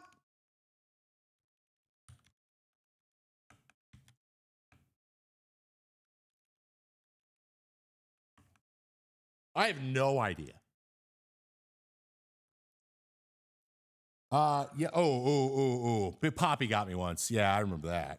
Versus Toronto. Oh God, which one? Who was it? Was it Batista? Yeah, Jose Batista got me once. At our place. At Houston. Trying to think of all the homers I gave up at Houston. Oh, Gurriel. That was my tipping pitches when in reality they were cheating. Home against the Yankees. I don't know. I've given up a lot at Milwaukee, too.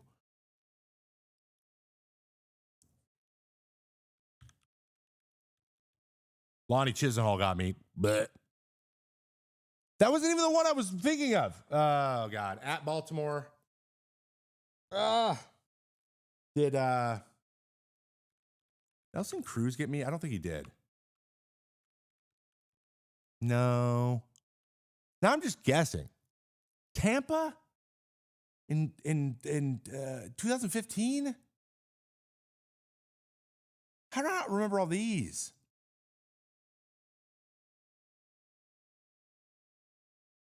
Did Juan Uribe get me? No. Bro. Bruh. Dude, that September 14th against Chicago White Sox in my rookie year, it was like Cole Gillespie or something.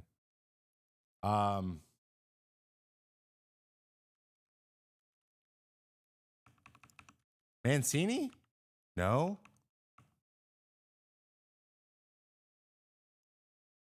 Oh my God. It's someone. Oh my God. I can imagine him. It's a little dude. He barely had any home runs. Richie. Oh my God. What was his name? He was on Orioles for like a year or two.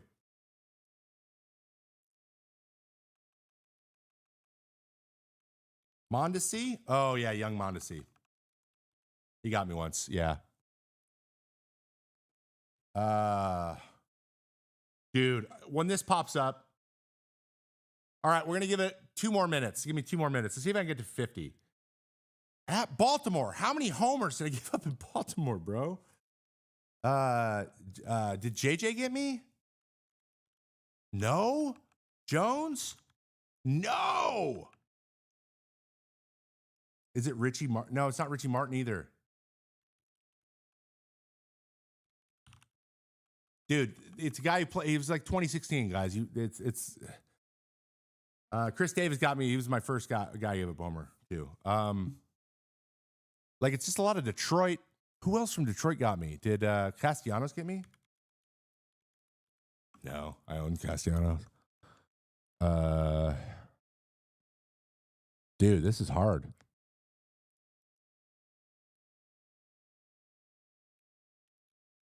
Trumbo? No. Scope? No. Oh, Manny. No Machado?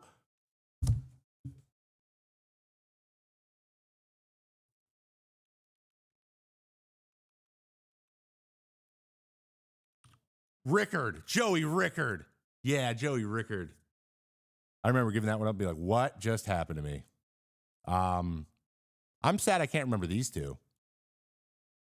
Did Bourne get me?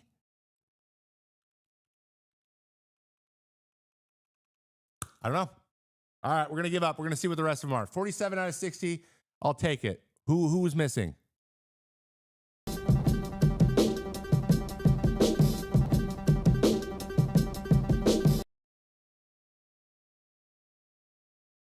All right, we missed Oh, I was spelling Gregorius wrong the whole time? Well, that's annoying. Matt Davidson. Ian Kinsler. That's the one. This was a tough day. Jason Kipnis. Gio Urshela. Jake Smolinski is who I thought was thinking of. Gerardo Parra. I genuinely don't remember that. Tim Beckham. Manny P. Oh, yeah, I remember Manny Pena. That was 2-0. Zach Collins. Yan Gomes. Adrian Nieto. What?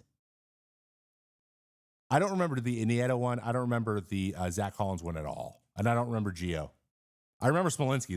It sounded like a gunshot in my ear. Josh Donaldson, that makes a lot of sense. I probably should have known that one. But honestly, Kinsler, Kipnis, and Donaldson, I should have remembered. And Didi, I just spelled wrong. But everyone else, not ringing any bells. Pretty good. Pretty good. I'll take it. What do you guys think? Pretty good? Pretty good. All right. And all they got to do is look down, dude. And Gillespie's right here on my computer. So, oh, what a lot of fun. I'd say it's pretty fun.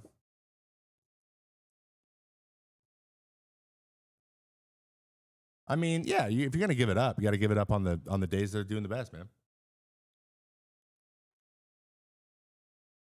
But damn, I remembered every single one since 2020. Honestly, no home run given up to Trout's pretty good. My bad. Only faced him like 3 times. None to Ohtani. Yeah, I may have intentionally watched him 2 of the 4 times, but whatever. And evidently on these ones over here, down here, I was tipping. So great. Cool. All right. That's a cool game. Yes. Shout out to Maddie. Thank you for setting that up for me, man. I really appreciate you. That was a ton of fun. Good time. Cool. All right. We're still asking questions. You may continue to ask questions. We have the last 10 minutes of the show here, guys. I do want to do a quick little rundown. I'm going to do a quick breakdown. Keep hitting me with questions in the chat, and then I will do a little bit of a rundown about, let's get dialed in. We're going to break down Justin Verlander, as he is now a San Francisco Giant. We're going to go check in on his last year, and we will see what we can anticipate and what we think he's going to be doing in 2025 to improve. So let's check in on some of the things that he did do well and didn't do as well either. Here is his Baseball Savant page. This is Justin Verlander. As you can see up here on the right side of your screen, a lot of better than average movement. See how all of these are like above or below? This means this is where it's expected to be based on his very high arm angle. See where his arm angle is? All this shading is where you think the pitch is going to be, and this is where it ends up being. So he's still got great ride. His hard hit rate percent was 92nd percentile, 32.5%. Pretty good. Not great in anything else. Now, he was injured. He only threw 17 games, but a 5.5 in 90 innings, not ideal, and his strikeout rate was way down. And I'll be honest, it's been down for a couple years now.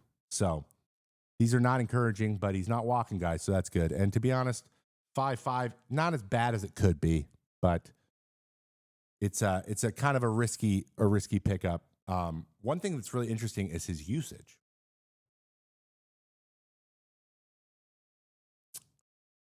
What was his usage this year? So it's going to be weird. He's going to be wearing orange again, though. Is the whole 4-seam curveball slider situation, right? He's a 4-seam curveball guy. That's not really in vogue these days. For honestly, this was the big problem that Hunter Brown was having at the beginning of last year. Remember, 4 seams, not great command of the 4-seam. That didn't help, but lots of curveballs, and it was just the pitches were in 2 spots, and he was just getting hammered. Then he added that sinker, and he became absolutely unhittable. Now, it is surprising to me. Now, I understand Justin Verlander's 40 years old, so it's not as easy to just pick up a ball and throw no pitch, right? You can't just grip and rip, and you're, oh, look at me, I'm great now. It's just that those days are behind him. That's not going to happen anymore. But I want to see him do that this year. Are we going to add a sinker or 2-seam or some seam shifted something that runs into righties to get them off of that curveball? That's item number 1. Are we going to go with the second fastball? I know he throws a slider, cutter thingy, but everything goes the same direction, and his changeup's kind of a straight change. You can see it up there. It's a 4-seam changeup, 10% of the time, not a weapon. I would love to see him learn a 2-seam, seam shifted something, and then maybe mess around with the splitter. Now, but he's old. You don't want to hurt yourself throwing a splitter, so maybe a seam shifted changeup of some way. He has the, you can see his 4-seam spin right here. He's got the supination, so you could get seam shifting if you want. You could. It's just about learning the grip and feeling comfortable with it. So I would love to see him throw a seam shifted changeup and maybe a sinker in here, and then just stick with the same repertoire. He's got good command. His 4-seam still rides at a high rate. He's still above average in that. His velo's not high anymore, though. It's 90. He's throwing 93, maybe 94. Not throwing as hard. So you got to start wrinkling up the pitches a little bit more. He's just not going to be the power guy that he used to be. But you know what? He made it to 41 being a power guy. So I salute you, sir. You have defied the odds in so many ways. But I think that this is something that is common with this San Francisco team. They add sinkers. They do these things. Logan Webb has one of the best ones there is out there. I think that 1-2 punch could be great. And I think he takes another step forward. I don't think he's going to be old Justin Verlander, but I do believe he is going to make a little bit of resurgence. I think if he throws in a high 3 or a mid 3, like that's a really good pickup for one year, $15 million. So that's Justin Verlander in a nutshell. Forcing fastball got hammered last year. It's hard to do that when you have nothing that goes the other way. This is just a cut and dry 100-round situation, in my opinion. And yeah, I think figuring out how to get something to go to the right side will work wonders and could resurge his career a little bit. Maybe get a couple more years out of you. You know, when you go from this forcing fastball to that forcing fastball, you gotta mix something up. There's something different outside of just the velocity, because 0.8 miles an hour isn't that big of a difference. All right, we have additional information. Where did I put him in the rotation? Probably third in that rotation. He'd probably be second in the rotation to start if he's healthy, but we'll see. I had a really good question here. Okay. You said, maybe I missed it. But what were you doing when you were tipping your pitches? What I did was constantly moving my hands away from my body. So I was creating more space. So I would and then I would dig for my curveball. So I used to spike it. Like this. And when I get my glove, I'd push it in. So I'd go and then a bunch of space would be and then everything else would be like this. It was blatantly obvious, but I was just so nervous all the time and young that I just didn't know what to do. So that was kind of my issue. That was my first time tipping, and then other times I was tipping is a little bit more subtle than that. But I would always grip a fastball and then move into my other pitches. And what actually helped me stop, because it was always transferring, because my hands are huge. I just can't. I'm not subtle. I can't be subtle. I can't be sneaky.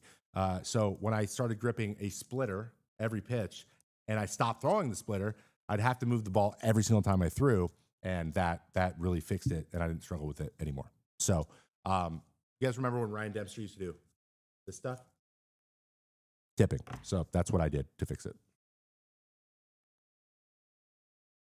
All righty. That's wrong.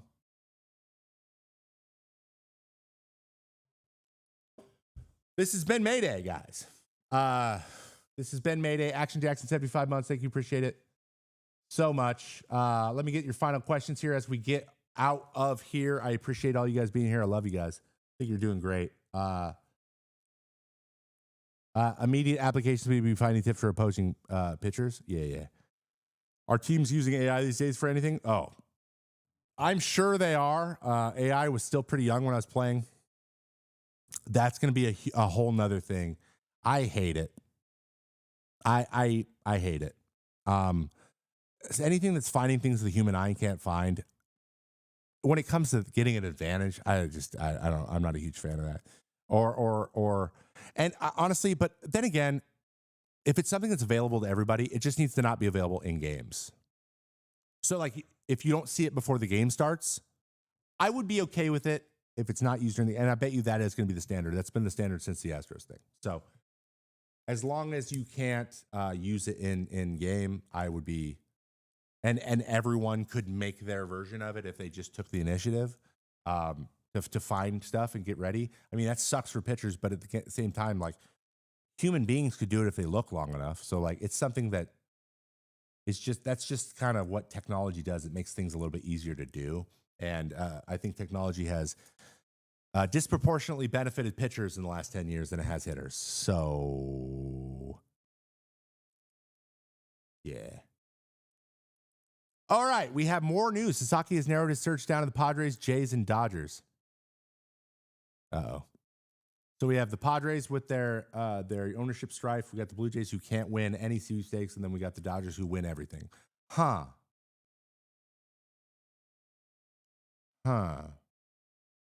What do you think about... Oh, let me add this too.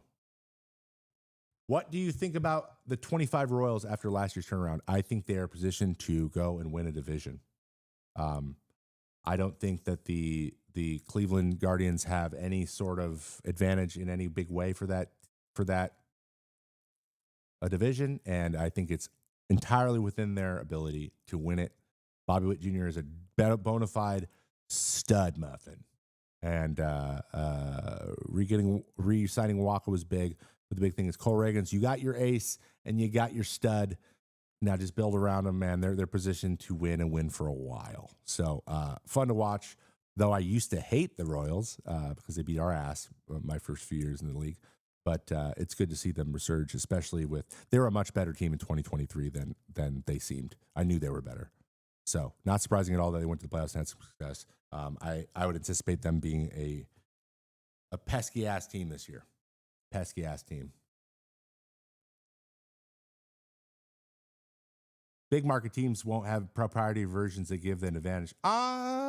They probably will, but it's more accessible than you think. Dude, you can just go, you can train your own AI bot to look for whatever you want. I am not AI bot. Machine learning already kind of exists for scrubbing things. I'm trying to work on my own algorithm to figure out how guys target, then how many guys are hitting their targets and come up with a stat. I'm doing that on my own. Teams can do it. It's all out there. All the information's out there. All the technology you need is a lot of it's open source and free. So it's about computing power. So that's already in existence with StatCast, right? I don't know. Maybe. Would you ever work with an MLB team as a pitching coach? I don't want to travel with an MLB team to be a pitching coach. I would love to help people get better at pitching, and I'm going to help kids do it. I want to do pitching lessons at some point, but that's probably something for the future. All right, guys. That concludes another week of Mayday. Our show is every single Monday, 1 p.m. Pacific time to 3 p.m. Pacific time. Shout out to producers David Korn, brand new production assistant. He's over there in the other room. Henry Neiman. Also, thank you for joining me today, dude. And this is his first day at work. So everyone say good job, Henry, for all your help. Let me know what you guys think in the comments below and YouTube. Give it a like before you take off. I just want you guys to know that I appreciate you being here. I am working very hard to make this thing even more fun to watch every single week. We're going to have interviews and stuff. I did not think that the Unwritten Rules thing would be that goddamn long, but it is. Those videos are going to be on YouTube. We have another video coming. I went and I watched Bull Durham, and I'm going to tell you how realistic it is. I did a very in-depth breakdown. If you like the Major League one, you're going to like the Bull Durham one. It is even better. I know. It's crazy. Bull Durham's got even more stuff for me to comment on. So that's coming in the next couple weeks. Brought in a new editor. They're helping us out. So we're going to take it from here. But without further ado, I'm going to be here. I'm going to be back here live on both Twitch and YouTube on Monday at 1 p.m. And we will be talking about more news, hopefully. And as the season progresses, we will have more nastiest pitches. We will have all the stuff. And join the Discord. If you have questions that you want answered or you would like a segment done, I'm always looking in the comments and in the Discord for the things you guys want to know about. And I'm trying to make myself available to you. So before we get out of here, let me just make sure I got all the notifications. I did. Thank you all the resubs today. Any memberships that have come through, thank you as well. I appreciate it. And just really having a good time. I hope you enjoyed the new version of the show, and I will continue doing it. So we'll see you on Monday, January 20th for more Mayday. You guys take her easy, be good, drink your water, stay hydrated, and get ready for more baseball. It's almost here, boys.